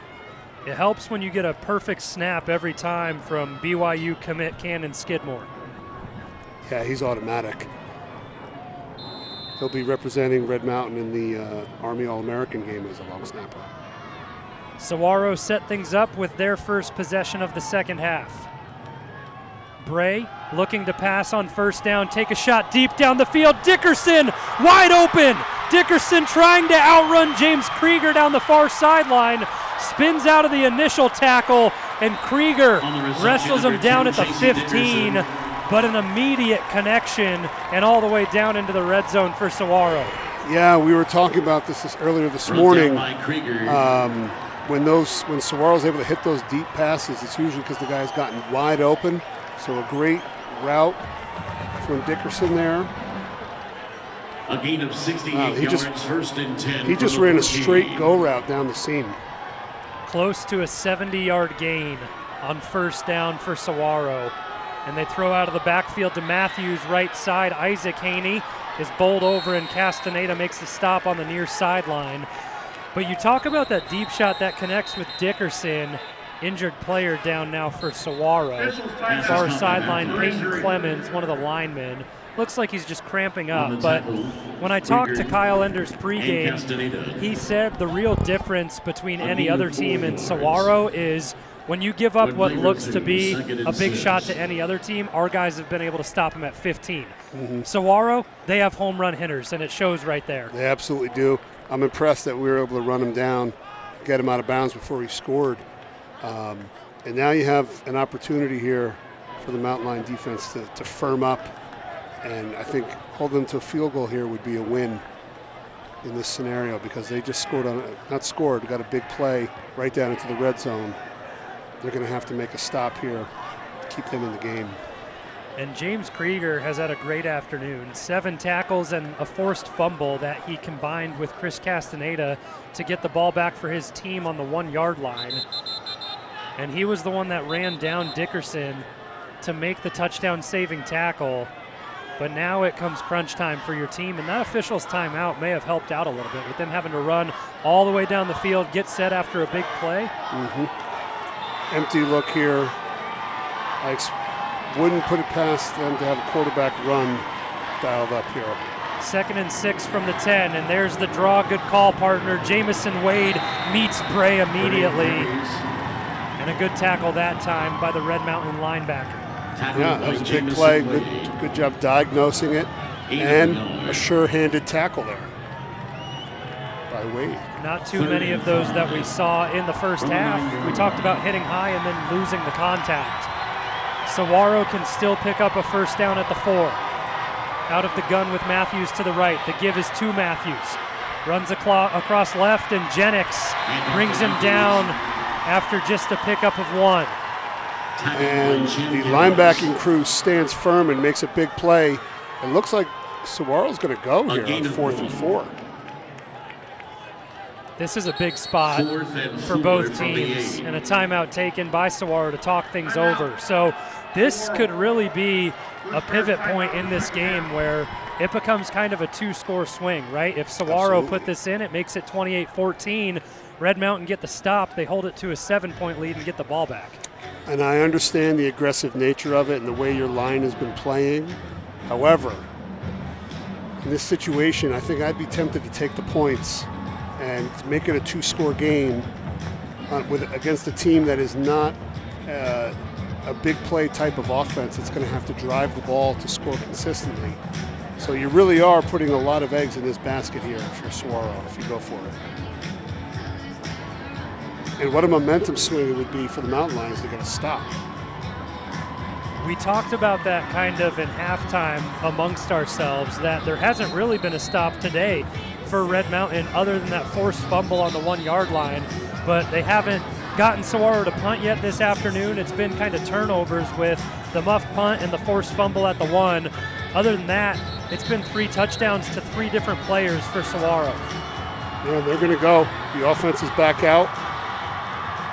The other thing I've noticed is Saguaro has some guys, I think both of their defensive linemen, their tackles, are also two-way starters and play on the offensive line as well. That's tough. An electric environment, the crowd making a lot of noise on both sides. Empty set for Saguaro. Bray back to pass, looks to his left, connects. I think he stepped out. Rinaldi just shy of the end zone, but enough to pick up the first down. He'll be spotted at the 2. So that gives a fresh set of downs to Saguaro, and just a good play design there by Zach Hill and company, the former ASU offensive coordinator. And a really impressive play by Bray, because he was backpedaling because the blitzer, I think it was Jennings, had come free, and he just backpedaled and delivered the ball before he got taken down. And a heck of a play there by Bray to give them the first down. Whatever's happening to Jaden Matthews injury-wise is still kind of lingering with him. Jacob Brown in the game, Matthews back to the sideline. Is he in the tent? He's just on the sideline now. Bray, quick out, connects and in the end zone. Camden Siegel. The same sort of flat route look that time, and Saguaro extend the lead. Yeah, because if you're playing man and you're playing slightly off, you know, all those receivers need is that 3 yards of space there to get open, and they did there, and now it's a 2-score game midway through the 3rd. The 3rd passing touchdown of the afternoon for Mason Bray to his 3rd different receiver, and Matthews got in once on the ground. With the extra point, Saguaro will extend it to a 14-point lead. And we're just over 6 minutes left in the 3rd quarter. Oh. A muffed snap on the extra point, and it's jailbreak time. Recovered by Red Mountain. Unfortunately, you cannot advance it in special teams because Logan Haney had a free run to the end zone. I must be thinking, I was thinking if it's a 2-point conversion try and there's an interception, you can return that for 2 points, I believe. But I guess not a extra point attempt. So always something to keep an eye on that makes things a little bit more interesting, because instead of it being that pure 2-touchdown, 2 extra point game, it's 27-14 after the bobbled snap on the extra point. So if Red Mountain converts successfully on 2 and 2, then they'll be on top. It always factors in, you know, those kicks. They don't seem like much at the moment, but it could be crucial at the end of the game here. More importantly, Red Mountain needs to put a drive together and go score, because if they don't put a touchdown on the board here, the game's going to start slipping away, because time will become a factor if they're not able to score on this drive. The teams step away to the sideline before getting the special teams units back out, and we'll step away on RMTV and be back with more action in the 6A state title game.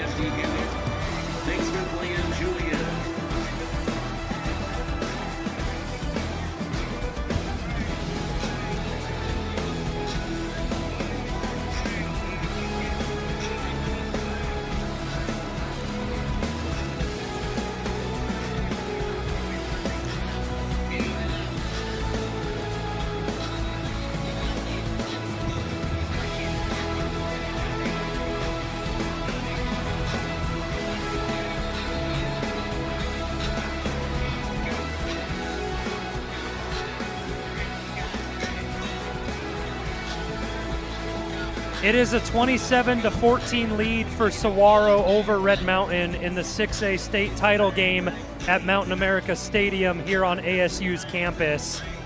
And it's been a great one so far, partner. Alongside Chris Andriotis, I'm Zach Warhack. And it just feels like with Saguaro and a lead, they're a team that's been here so many times and have so much rich history throughout their program, winning 13 of 16 state championships. They just know how to close things out. Yeah, there's no nerves here. This is business as usual for them.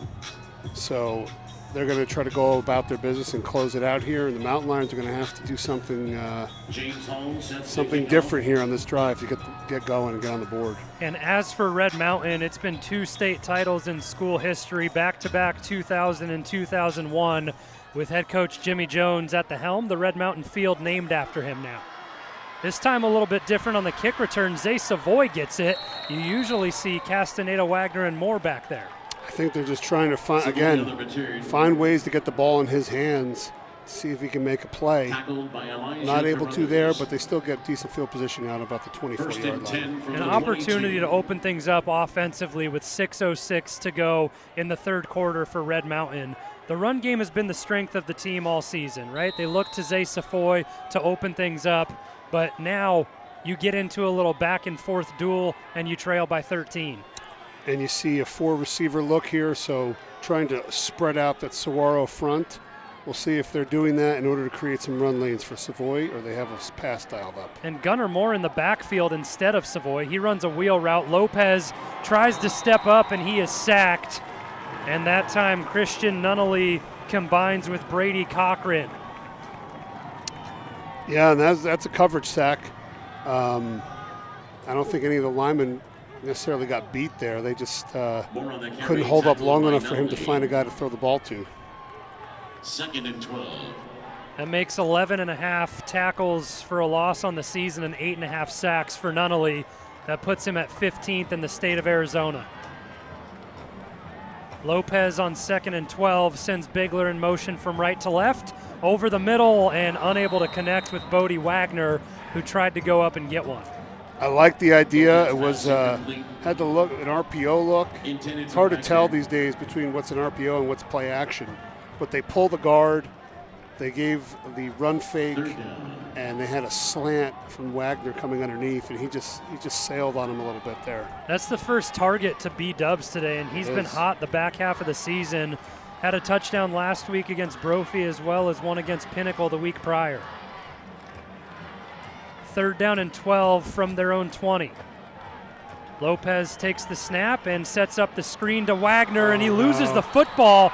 They call it an incomplete pass. It looked like Wagner, if he secured the catch, he had room to pick up more than the first. Yeah, he did. And you saw Lopez there put some extra zip on it, maybe a little bit too much. It was a little bit behind him. So he had to kind of open his hips back to the sideline to haul it in, and wasn't able to do it. And as Wagner heads back to the sideline, kind of hitting himself in the helmet, wanting that one back, because it certainly would have been a conversion on 3rd down over the middle of the field. Yeah, they had a good call dialed up there. Now the pressure's on the D to make a stop here. Jones back to receive. Carson Mauder set to punt, boots it away from his own 10, end over end, and scooped up. Jones on the return to the far side of the field, switches things up and gets out across the 45.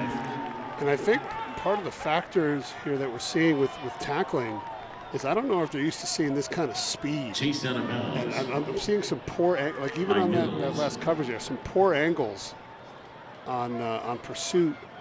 And you really have to take good angles and be smart if you're trying to tackle somebody that's faster than you are. And you know how many different kinds of speed there are, right? There's being speedy, straight up and fast, like Gunnar Moore is. Then there's quickness, agility. It feels like guys on Saguaro have it all. After they make a cut, the acceleration is faster than anybody we've seen, as well as just the getaway speed. For sure. So just one of the factors here is the Mountain Lions come back out on D. Need some sort of spark here. Matthews healthy, he goes in motion, but the give is to Jacob Brown up the middle, and it's just been positive yardage all day for Saguaro in the ground game. It's just been a surge up front they're getting, they're reestablishing the line of scrimmage, and it's 5 yards before the running back has even touched. The Saguaro offensive line, their run blocking has been outstanding today thus far. They've really favored running towards Salas, and it's worked. Between him and Pollard, the center. Another handoff. This time Matthews has it and works the left side and gets forward for enough to pick up a first down. And even there, they had him in the backfield, and he just kept churning his legs and carried him forward for another first down. Saguaro now into Red Mountain territory. They're at the 42 of Red Mountain with 4:15 left in the third quarter. Bray out of the gun, and he motions Dickerson from left to right. Goes that way and finds Dickerson near sideline, and Dickerson trying to dance around a couple of tackles, breaks free and out of bounds.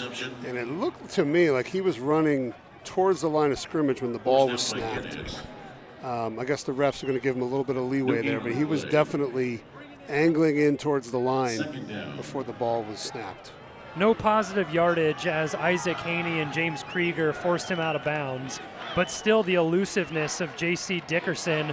He was hit by Krieger and hit by Haney, but no one able to bring him down. Second down and 10 out of the gun.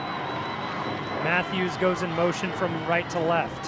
The handoff goes to Matthews, and initial contact broken out of, and he's pushed out of bounds by Logan Haney. You are not going to arm tackle these players here. And that's, again, seems to be the theme thus far. And it also seems to be a theme that when number 2 is not in the game, they are running the football. And here he comes in. So run or pass option here. They get to the line of scrimmage quickly, and it's empty set in the backfield. Bray snaps it quick, goes near sideline, and he connects with Rinaldi. And a great job of knowing that Red Mountain likes to wait and see what personnel are coming out before they make a call. They just lined up and ran a quick play. They call that a sugar huddle. They just break it, line up, quick snap, conversion. It's enough for another first down as they get down to the 32-yard line and continue to drive. Handoff as Matthews goes forward, and that time the linebacking core stops him, and Jennings rips the ball out. Champ Jennings, talk about making an impact. Red Mountain get it back. And just as we're sitting there experiencing the equivalent of Chinese water torture and being run, 5 yards, 5 yards. The officials now converge, and they say the recovery made by Saguaro, or that the knee was down. Second down. So they call forward progress, and the fumble is negated. And my issue with that is then blow it dead. If you're going to give him forward progress and he's wrapped up, blow the play dead, and that's it. The whistle didn't blow. And that's a huge spot and a turn of events because Red Mountain have been winning the turnover battle this afternoon, and it feels like they need another one with their backs against the wall defensively. 6 seconds left on the play clock for Bray. I don't think they're going to get it off. And they're not. So Zach Hill comes forward to take a timeout, and that's number 1 of the third quarter for Saguaro. No, I think it's 2 actually. There's only 1 left. Because they took one on the play down here. That's right. That's the second charged of the second half, and now they get to talk things over, and it's really a spot where they want to get back into the end zone and expand that lead even more and not really give Red Mountain the opportunity to get back into this game because they've been underdogs. They've come from behind all playoffs long. It's been playing with house money. Yep, and it's been tough sledding so far today.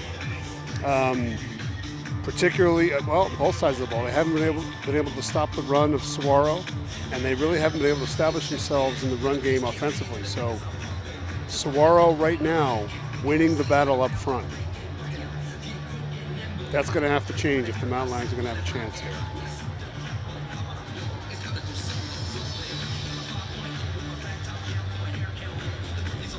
And Jaden Matthews back out onto the field. We know he's been battling some sort of injury all this afternoon, but he's stayed strong and been in, and he's really a top running back prospect in the state of Arizona. Had 5 Division I offers at one point, and he scored touchdowns in 5 straight games, including 4 against Perry 2 weeks ago. Play action to Matthews. Bray steps up in the pocket and takes off. Far sideline, Jennings tracks him down, but not before a first down is picked up. 21-yard line for Saguaro. Yeah, and they played coverage there. They did a fine job of it. There was nobody open, but the defensive line was not able to get free and pressure him whatsoever. So he just tucked it and ran and picked up the first down himself. Bray has been great all day long, pretty much perfect, to be honest. 3 touchdown passes to 3 different receivers, and he's been efficient in the run game. This time Dickerson on the screen, far sideline, and he's brought down by Gloria. Bray's pass complete to Dickerson. So now, yeah, it's the clock is starting to become evident here. You know, Saguaro obviously not in any hurry, just methodically moving the football. 2nd down and 8 as they get inside the red zone. Bray goes hard count and then backs things out, and a flag comes in, so he may have gotten one of his receivers to jump. I think Mason Whitaker on the near sideline, and it goes against Red Mountain. 5-yard penalty. 2nd down. So movement on the line from Red Mountain. I think he called it against Mauter. Yeah, it looked like his head just broke the plate of the neutral zone there, and they're going to call that. It's an easy call for the side judge there. Makes it really manageable. 2nd and 3. Bray back to pass, backpedaling, and able to make an acrobatic catch. Rinaldi goes down to the ground and enough to pick up another first down at the 11. It's really impressive, and it's something that doesn't show up in stats or anything like that, but Bray was basically running backwards and delivered the ball, a catchable ball. I mean, he did have to make a nice grab for it, but running backwards off his back foot, no plant foot, and was able to deliver that football. It's pretty impressive. Wilson had pressure in for the Red Mountain defense, and they're showing pressure here again on first down. They back things off, an early movement again, a false start this time against Saguaro. Prior to the snap, false start offense, number 16. And I know there's a lot of football left to play here in this football game, but I feel like a touchdown here from Saguaro could be the dagger, unless Red Mountain's able to find some big explosive plays in a hurry. Saguaro now backed up to the 16 of Red Mountain. They have 10 left on the play clock, and they're sorting things out at the line. Bray, empty set, puts Dickerson in motion and pitches it to him. Dickerson brought down on the far sideline. Gamba making a nice tackle to wrap up. Yeah, and it seems the Red Mountain defense is having a heck of a time disengaging from those blocks. Now, of course, your first thought is, oh, well, they're holding. Well, the officials aren't going to give you the holding call, unless you're really working to get off of it and force that defender into a position where he's not moving his feet and he's just grabbing on. Saguaro is really getting their hands inside, and they continue to move their feet. They're really doing a good job on the perimeter as well of blocking these defenders right now. They go empty set for Bray again, and here comes the house. Dickerson on the quick screen has room, and a flag deep away. And Jennings. And the ref's mic was on as he was cooling that situation on a late hit. We all heard it. Walk away, walk away, walk away. But a penalty against Jennings as just a sense of frustration, kind of trying to get to the quarterback. And Red Mountain have not been able to penetrate this offensive line of Saguaro.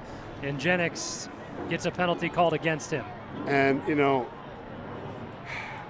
really difficult spot you're putting your defense in now. Roughing the passer, number 42 of the defense. And now it's going to be first and goal. I think that could also be something that's building up a sense of frustration for Jennings, because he works so hard to force that fumble, strip the ball out, and then it's negated by calling forward progress a little bit late after the officials converge. and then built up on top of that, unable to get to the quarterback in time. Well, at this point now, this is going to be tough sledding here for the Mountain Lions.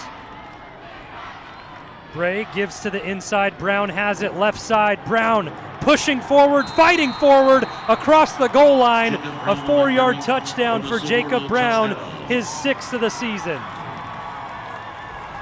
And now a three touchdown lead. Certainly not insurmountable, but something is going to have to, there's have to be some sort of spark from the Mountain Lions to get them going offensively, because they have not been able to get much going thus far in this second half. It's a 33-14 lead as it stands for Saguaro, and it looks like they're going to put the offense out to go for 2 after the botched extra point last time around.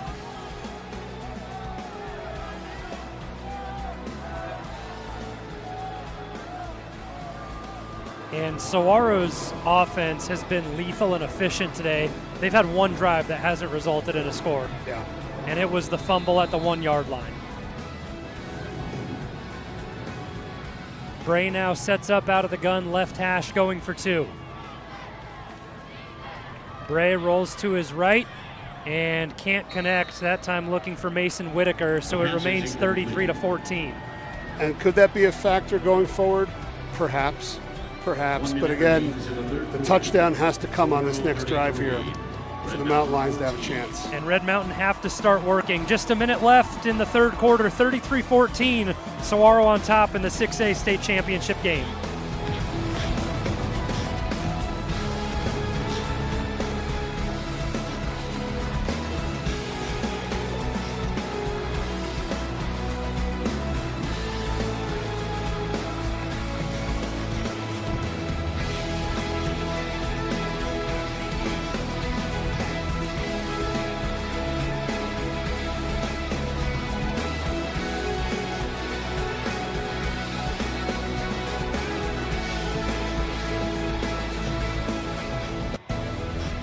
Just 60 seconds left in the third quarter as Saguaro set to kick off following a Jacob Brown 4-yard rushing touchdown. And they now hold a comfortable 33-14 lead over Red Mountain. Bo Hampton kicks this one deep, and Castaneda waiting for it to bounce, and it goes out of bounds. So a good start to the drive for Red Mountain with the flag flying on the kickoff. And Gunnar Moore with a really savvy play there. Got his body out of bounds before he touched that ball, just to make sure that it went out of bounds, or he was out of bounds when he touched it. So a pretty heads-up play there. Every little bit helps. The field position will be great for Red Mountain to start the drive from the 35.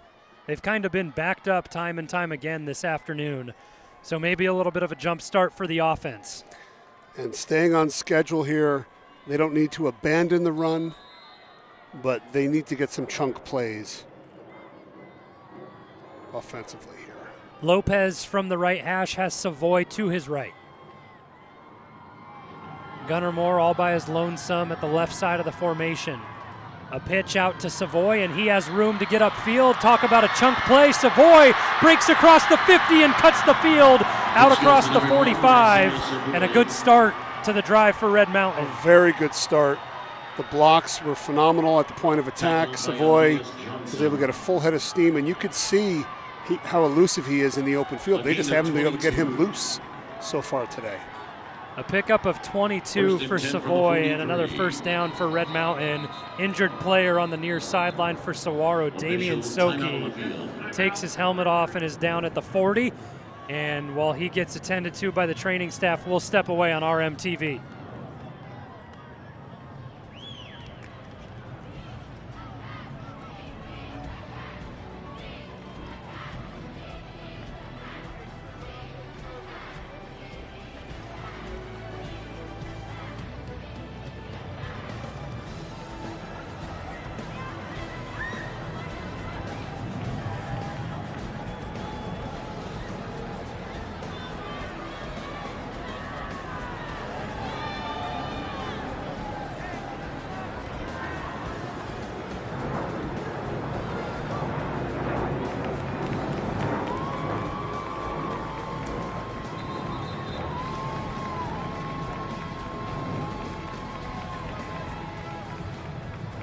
Damian Soki able to be helped up and back to the Saguaro sideline, so a good sign to see there.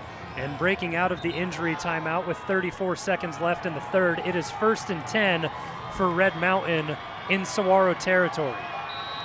They have the ball on the 43, and Lopez sets up out of the pistol with Savoy behind him. Lopez fakes and throws to Preston Heap, far sideline, and Heap with a nice pickup. And again, a great play call on the setup of the counter tray. The guard and tackle both pulling there, and Heap was able to get open and pick up a nice little chunk there. So whatever they're doing thus far, it seems to be working. Yeah, Brian McDaniel really opening the playbook in the second half for Red Mountain, switching things up from the cards that they've shown. A whistle on the field, and it's going to be a timeout as the teams head back to the sideline from the break in the third quarter after the run from Preston Heap. So fourth quarter action upcoming, 33-14, Saguaro on top. Just 12 minutes remain in regulation. And please welcome to the field the Red Mountain Spirit Line.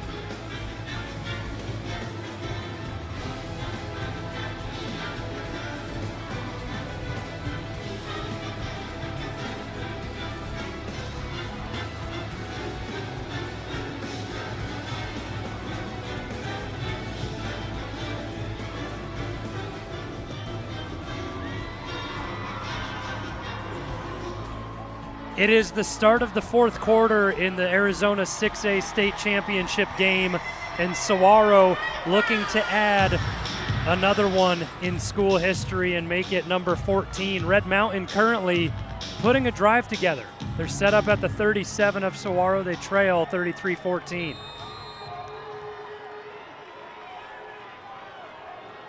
Lopez from the right hash, out of the gun. Savoy motions right to left. He gets the swing pass out of the backfield. Savoy breaks one tackle and picks up the first down across the 30-yard line. Real good blocking by the receivers on the outside. Excellent blocks on the perimeter, and I love the easy touch for Savoy, throwing a little swing pass.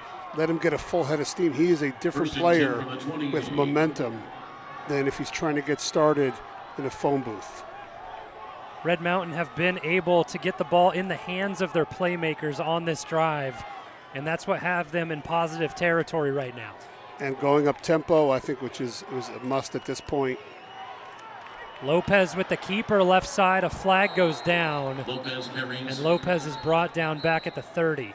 Two different flags in two different spots. I have a feeling we're going to have offsetting, but Lopez looks like he got his bell rung pretty good there. He's not popping up all the I think Lopez is good. It's a Saguaro player that's down, and it happens to be Omar Lascano, and he's had his nose in the act a lot this afternoon.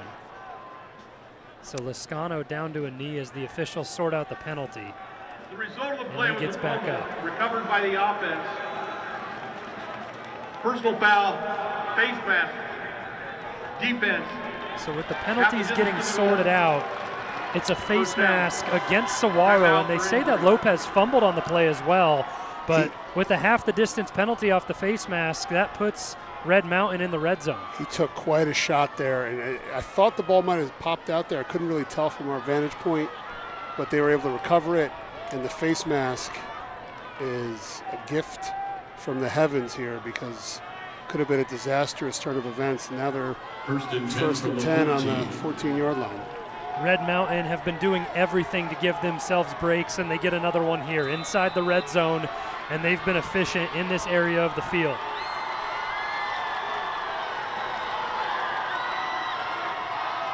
Lopez fakes the pitch to Savoy left side and keeps it, and just tries to run all the way over Charles Howard, and he picks up a yard. Yeah, Lopez is having trouble getting loose like he did in previous weeks. Again, that Saguaro run defense has been stout. 2nd down and 9. And Lopez has Savoy to his right this time. Saguaro bring 5, and Bodie Wagner set up on the far sideline, and he is brought down after a pickup of a couple by Owen Pimbert.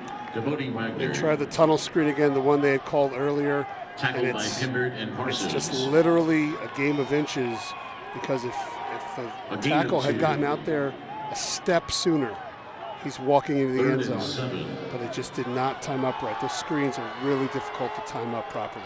Garrett Martin checks out of the game now for Saguaro. Good to have him back after breaking his collarbone earlier in the season.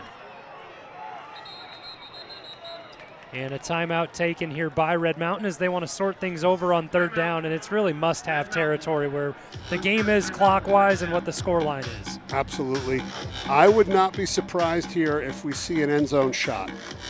You know, something with some razzle-dazzle, maybe a little subterfuge, if you will, and something with a chance to get a quick score here without having to get another 1st down and take more time off the clock, especially coming out of a timeout. I think that's what you use those timeouts for, is to set up a little more intricate kind of play. And from this point on, Red Mountain really have to be perfect on both sides of the ball, right? Only 10:03 left in the 4th. They're down 33-14, which makes it 3 possessions for them. Yeah. And it's, like I said, tough sledding here, even with a score. Then you have to force, you know, not necessarily 3 and outs, but they can't put together a 15-play drive and then stop them. It's going to have to be get the offense off the field and get the ball back. Red Mountain student section trying to breathe life into their team as they get rowdy. Coming out of the timeout, Lopez in the gun. He gives to Savoy, cuts back left, spins out of a tackle, and is planted by Brady Cochran. No pickup on the play. No, nothing doing there. And now Garrett Martin back into the game for Saguaro after a brief break. And I'm not sure if they're giving him a 2-way go on those pulls where he can jump behind the second puller and follow him, or if he sees a lane, he can go and hit it, because he looked like he tried to press inside first and then tried to bounce out a little bit late and got caught up. Red Mountain still have the ability to pick up a 1st down at the 4, so they don't need it all here. They start this play from the 11. Lopez over the middle. Wagner in the end zone, takes a shot and hangs on. Touchdown, B-Dubs. And from the look up here, that was as helmet-to-helmet as it gets. And they did not call that there, but a huge play from B-Dubs. Very timely. 3 straight games now with a touchdown for Bodie Wagner, and it comes at a pivotal part.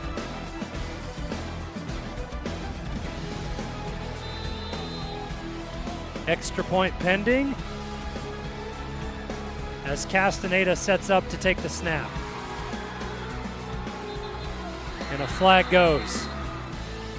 Penalty marker down. So another false start on an extra point from Red Mountain, and this time around, it's not Kai Evans, it's Mason Rallian. I don't know if I've ever seen the extra point be so difficult to get done. in a championship game. It's pretty wild.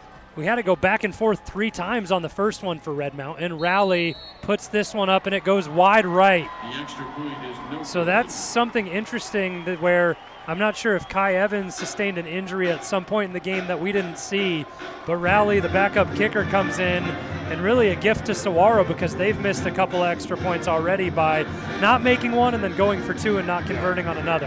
And, you know, in the grand scheme, it's not that big of an issue now. It's a 13-point spread here. You will have to make at least 1 to even it up, and 2 if you want to win it.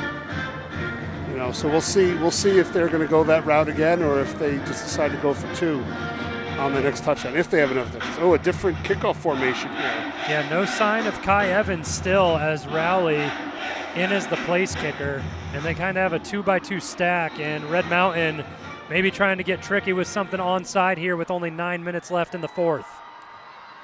They do boot it to the left, and it's loose. Red Mountain recover. They get the ball back at midfield on the onside kick, and boy, did things just get interesting. Oh my goodness! Yeah, it was a squib. It kind of rolled around and through the outstretched arm of a Saguaro player, and they are right back in this thing. If you have, you know, the sudden change, if you have an up top shot here, Coach McDaniel, let her rip. Schmier and Cole Edmonds looked like they were in on the recovery for Red Mountain, and just when you think that time has expired on this team, they find a way. The kicker came up with it? I don't believe so. I think the official was trying to say kicking team. Oh, okay. But the ball dead center, left hash at the 50-yard line, right in the middle of the field. Lopez, quick pass, and that's a long throw. He's looking for a little 2-yard drag to Bigler, and it was a lot of air yards there. Tough catch to make over the shoulder. Yeah, that was that's a throw that a lot of high school quarterbacks can't make. You know, throwing the the wide out to the wide side of the field. So we'll see what they come up with here on 2nd down. Red Mountain have to have all the momentum at this point. Following the touchdown and the onside kick recovery, you want to make something happen out of it. Absolutely. Lopez pitches it to Savoy behind him, snags it with one hand, and up the far sideline, Savoy, enough for a first down. He is just a talented kid. He had to reach back with his right arm and snag that with one hand while running forward. That was impressive because you're right, it was behind him. You know he loves Spider-Man, and maybe he's showing his best Peter Parker, Miles Morales, whatever you want, and he's got the stick him on the gloves. But what a catch from Savoy out of the backfield on the pitch. A direct snap try, and it goes over the head. Lopez has to fall on it all the way back at the 40.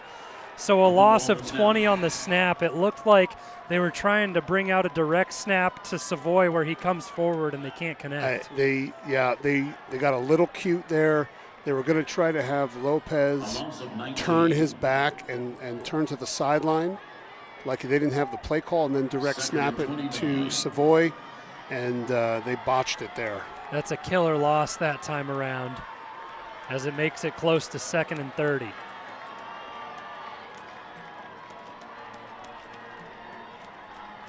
Lopez steps up in the pocket, and he evades the blitz, gets out across the 50, and, well, it's going to be manageable for Red Mountain. Just about 8 yards to get the line.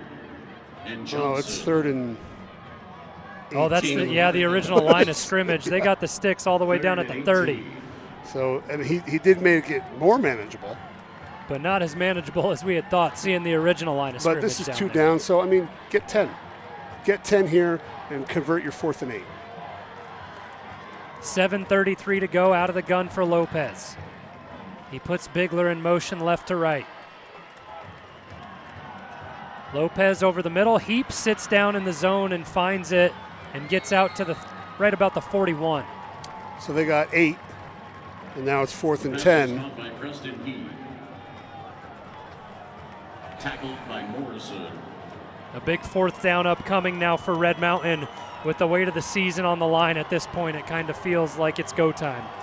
Yeah, this is do or die here as we are under 7 minutes to play. And they're going to take a timeout and talk about it. Red Mountain want to sort things over. They trail 33-20, 4th and 11 upcoming, and we'll step away and have the rest of the game on the other side of the break. I just need you to get real loose. Get comfortable. Grab your loved ones or grab your love partner. And if you're by yourself, no worries. Just follow after me. Grab a sweetheart and spin out and go down and get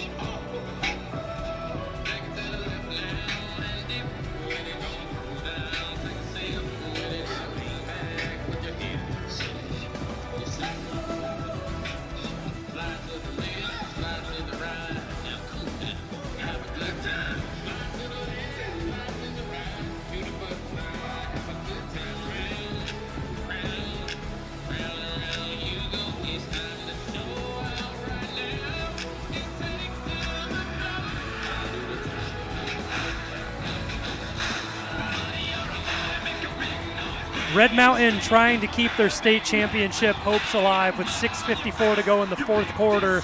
They trail 33-20, and it's 4th and 11. Saguaro's defense has been stout this afternoon. They continue to impress and look to make a stop here. And they're in definitely a softer coverage look here. You know, obviously you don't want to give up the big play. From the right hash, Lopez out of the gun with Savoy to the left. Pressure comes. Lopez faces it, and he's brought down. Garrett Martin with the sack. Welcome back. It is a face mask call because they grabbed his helmet. So again, they dodge yet another bullet, and they're going to live to fight on this drive. It's unbelievable. Both Christian Nunnally and Garrett Martin were in to make the sack, and the face mask comes in at the hand of Nunnally, the first one to get in. Red they're going to wave it off. Continue to stay alive. I don't think so. I think they're moving forward. So Red Mountain, in an unorthodox way, pick up the first down. This is crazy. Can you ask for more? Can you get more breaks at crucial moments? I mean, they just had to find a way to punch this in here, and then it gets real interesting in the last 6 minutes here if they can score. The name of the game now becomes capitalizing on everything. Absolutely. And they're going to stop and talk about something.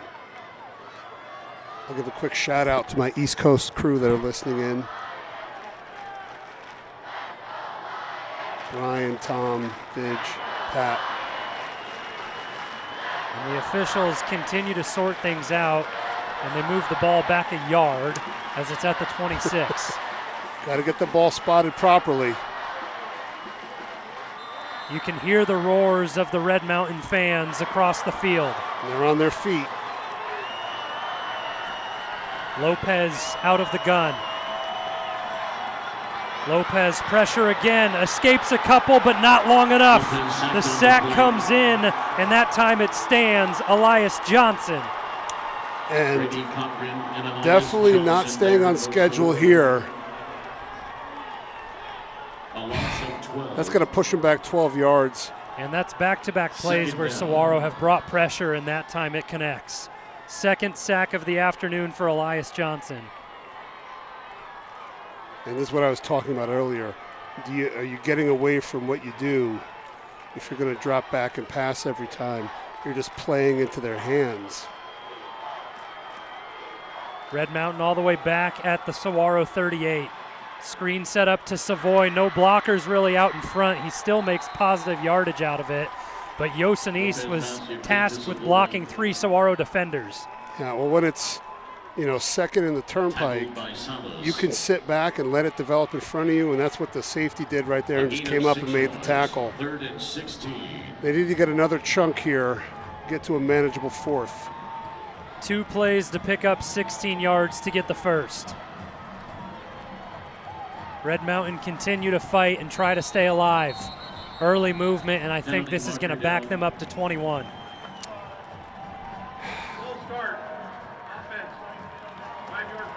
And I'm not sure if it might have, Savoy looked like he moved his arm towards the quarterback. I don't know whether he was signaling to snap it. I'm not sure what was going on there, but that was it. That was weird.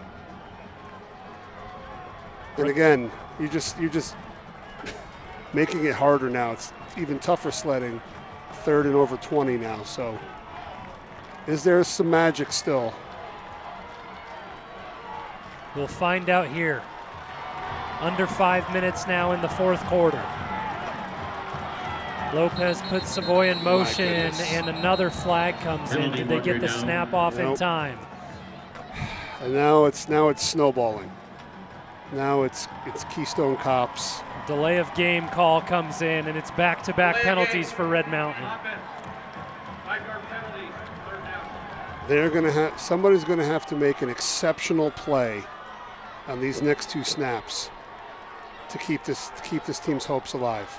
They've been a team with an act for heroics the past couple of weeks, and Lopez has time to throw, steps up into the pocket and runs, and he's brought down right at the line of scrimmage. He had a little bit of room, but got taken down by the jersey, and now has the magic run out. I don't know what play you're calling on 4th and 25. You got to throw it to the sticks at least, right? I mean, unless you're looking for after the catch work. They're going to take a timeout here and talk about it. I mean, you could try a hook and ladder kind of deal, but Saguaro is going to be sitting back. They're going to concede the first 15 yards. So you can do something like that. A draw might be, but the chances of getting 25 yards on a draw is slim, especially with the way their defensive front's been playing.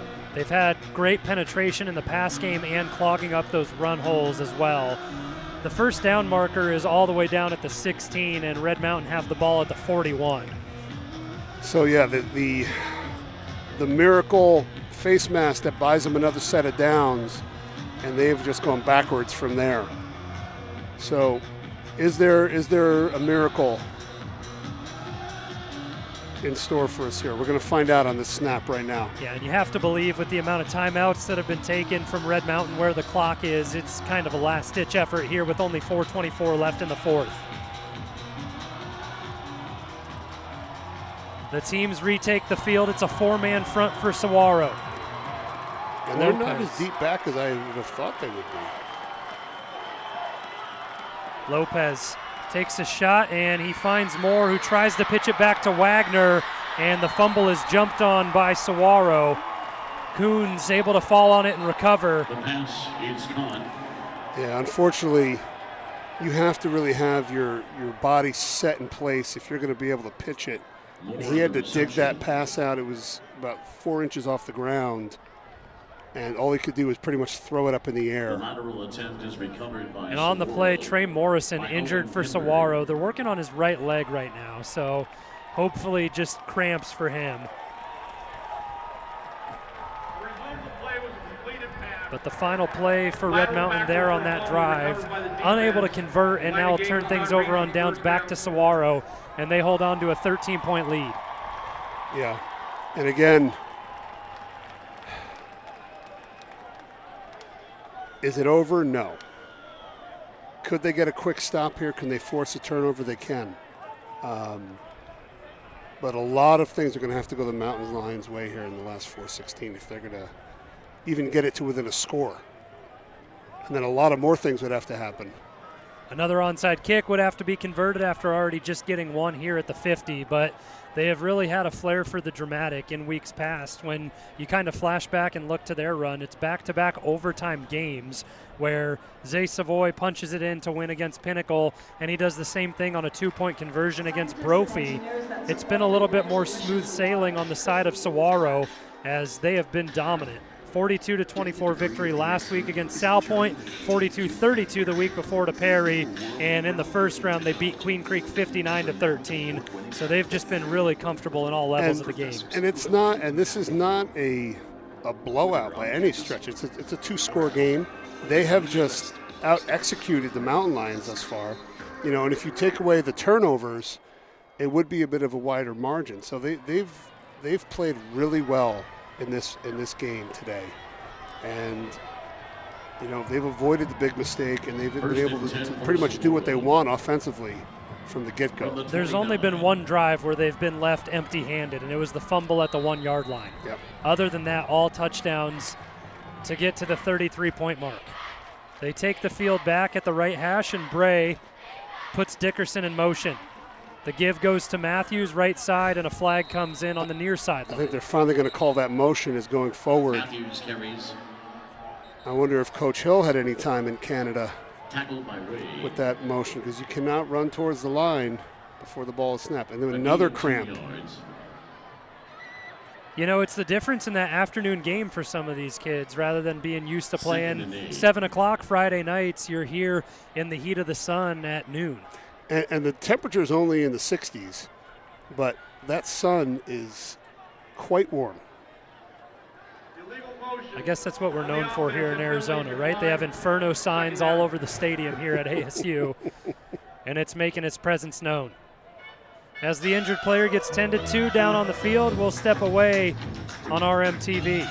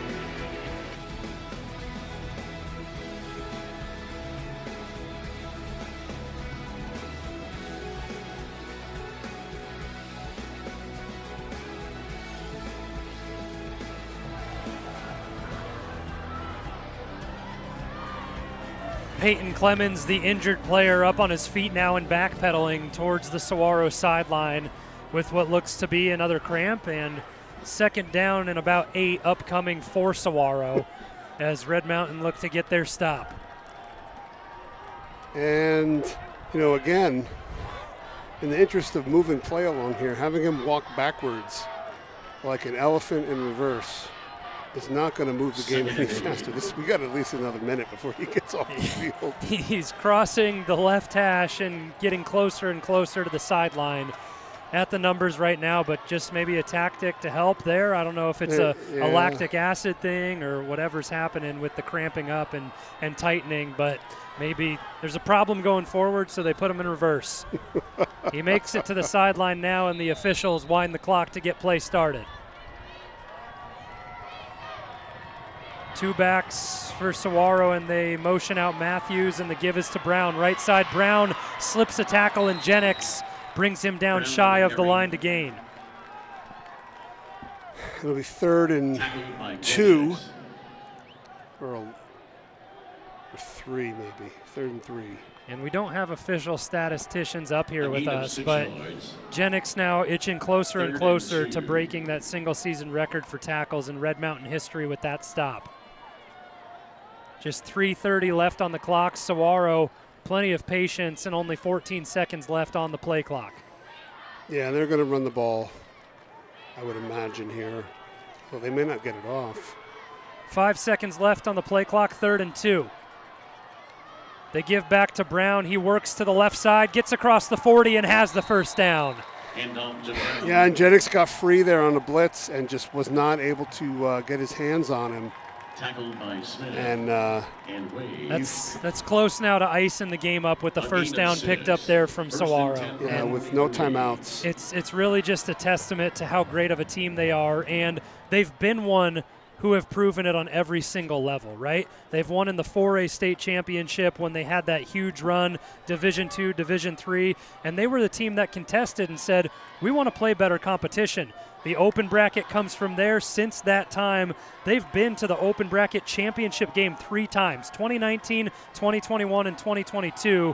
They won it in 2021 where they beat Chandler 20-15. Yeah.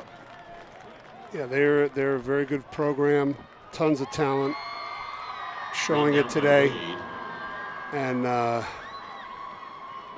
you know, a tough way to end for the Mountain Lions, who had all the looks of a team of destiny here for the last 3 weeks, but it's been one heck of a ride, and it's been fun. It certainly has been, and they've battled to the very last minute.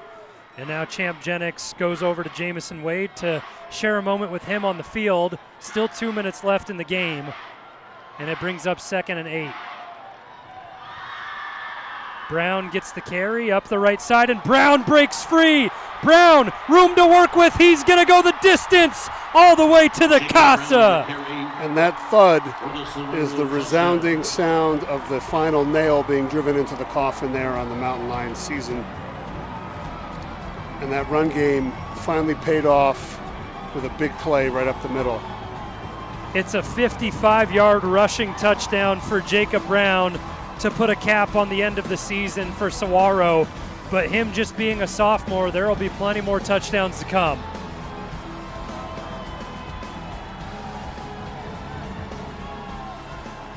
Brown now able to get in twice on the day. He had the 4-yard rushing touchdown earlier in the game, and that one, the long one, across the Pitchfork logo into the house.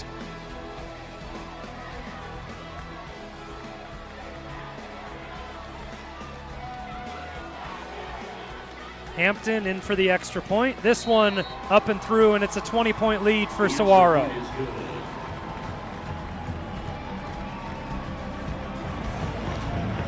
And Coach Edwards has to be proud of his squad. They never did waver. They kept fighting to the end. You know, you get the sense they're just a little bit outgunned today. You know, they say sometimes it's not the X's and the O's, sometimes it's the Jimmies and the Joes. Saguaro has a whole bunch of Jimmies and Joes over there. They certainly do, from top to bottom, really. Coaching staff, players, all 3 levels of the game and phases. Special teams, defense, offense, and then in each of those units, the line and the secondary on defense, right? And then the line and the run game has been producing all day long for the offense, but when they've needed to throw the ball, they have. Mason Bray has spun it and pitched 3 touchdowns. Yeah. And the offense just really not able to get anything going with consistency. A couple big plays here and there. Just tough sledding against that front. The front obviously came to play and stopped the run today, and they were really able to do that for the most part. James Hall now in for the kickoff for Saguaro. So he's the backup place kicker, and he'll give this one a drive. Wagner catches it, eyes into the sun, and throws it back across field to Gunnar Moore. Gunnar Moore switching the field and has a lot of room to work with. Gloria sets up a block out in front. Moore tried to cut it back and just gets across the 35. If he would have been able to evade that tackle, it might have been housed. Yeah. I almost wish they had run it on the last one instead of waiting till now where it's maybe too little too late. 1st and 10 from the 38. Yeah, Gloria just couldn't hold the block long enough as he had it upfield the entire way. And Lopez hangs tight, empty set with 1:33 to go.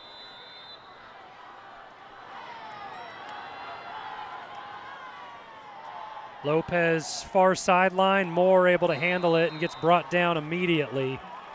A good pickup before being tackled, that time by his own sideline, Mason Whitaker. By Jones. A gain of 7, 2nd and 3.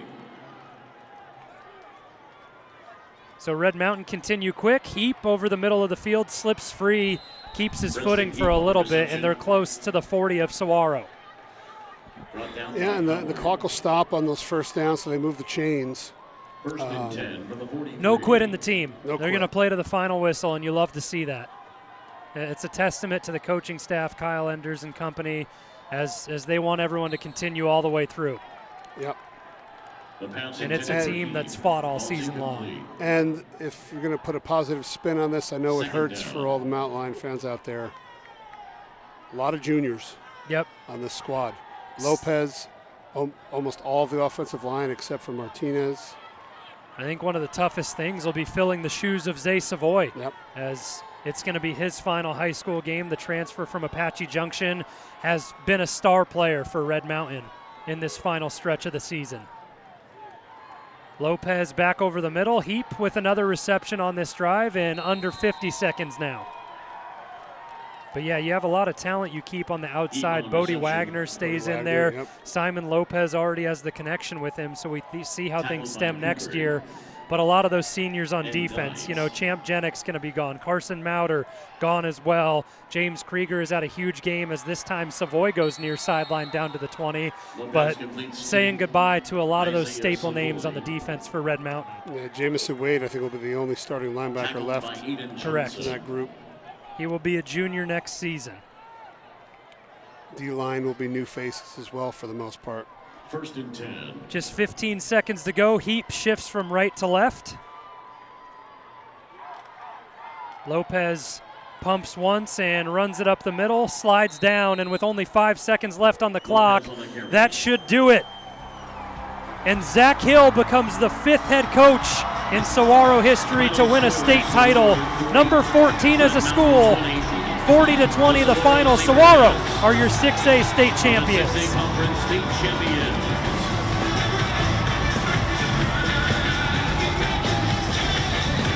A real great game put together front to back for the Saguaro SaberCats. And after a hard-fought season for both them and Red Mountain, both teams deserve to be here.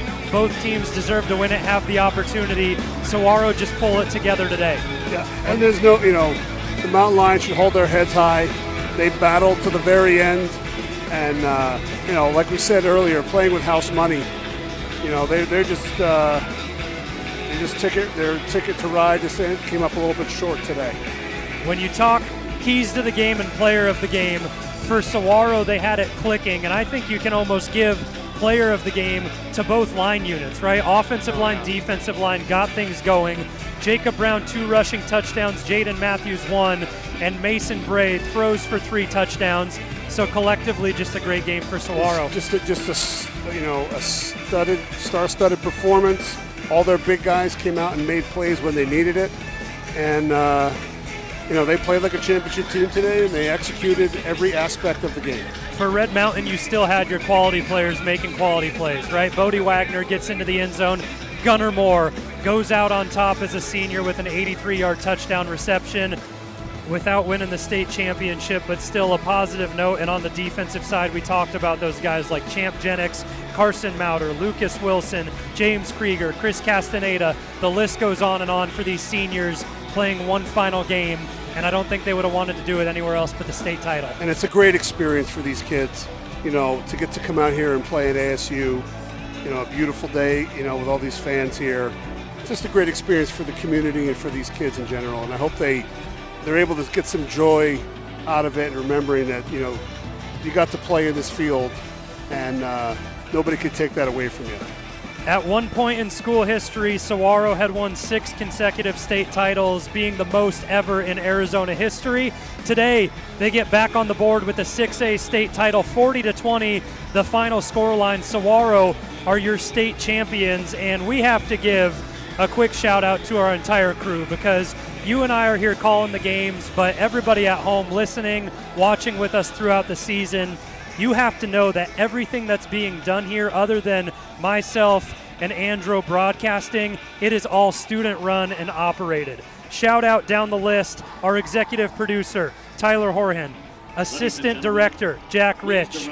Production Supervisors, Imar Acosta and Ash Scabland. Our Technical Director, David Delgado. And then our production assistants, Isaac Anaya, Michael Anaya, Ethan Applegate, Elias Canella, Caleb Gayton, and Logan McGeehee. A big shout out to our student run and operated crew. They've put together a phenomenal product all season long with extra time put in, right, on and off. During the broadcast, you see all of it, but they're putting in hours and hours before the broadcast, days before, weeks before, at the start of the season. We cannot say enough about them. The ceremony about to start here for the trophy to be presented to Saguaro. And as we sign off one final time for the season, we thank all you fans for sitting here and watching and listening to us all season long. It's been a pleasure, partner. It has. I was going to say, it's been great working with you this season. You're a consummate professional, Zach, and you never know how things are going to jibe with two guys that haven't done this before. And we just kind of got in the flow, and we were just rocking and rolling from the beginning. And it's a testament to your skills. I certainly appreciate it. You're making me water up here, but it's just been a blast, and like you said, clicking since the beginning, and I look forward to doing it next season as well. So absolutely. A great run that we had here for Red Mountain, and one last time for the season from Mountain America Stadium at ASU signing off. Thank you, everybody, for tuning in. Alongside Chris Andriotis and our entire student-run production crew, I'm Zach Warhack. Everybody have a great weekend and a lovely off-season. Thanks, guys. It's been a great ride. Enjoy.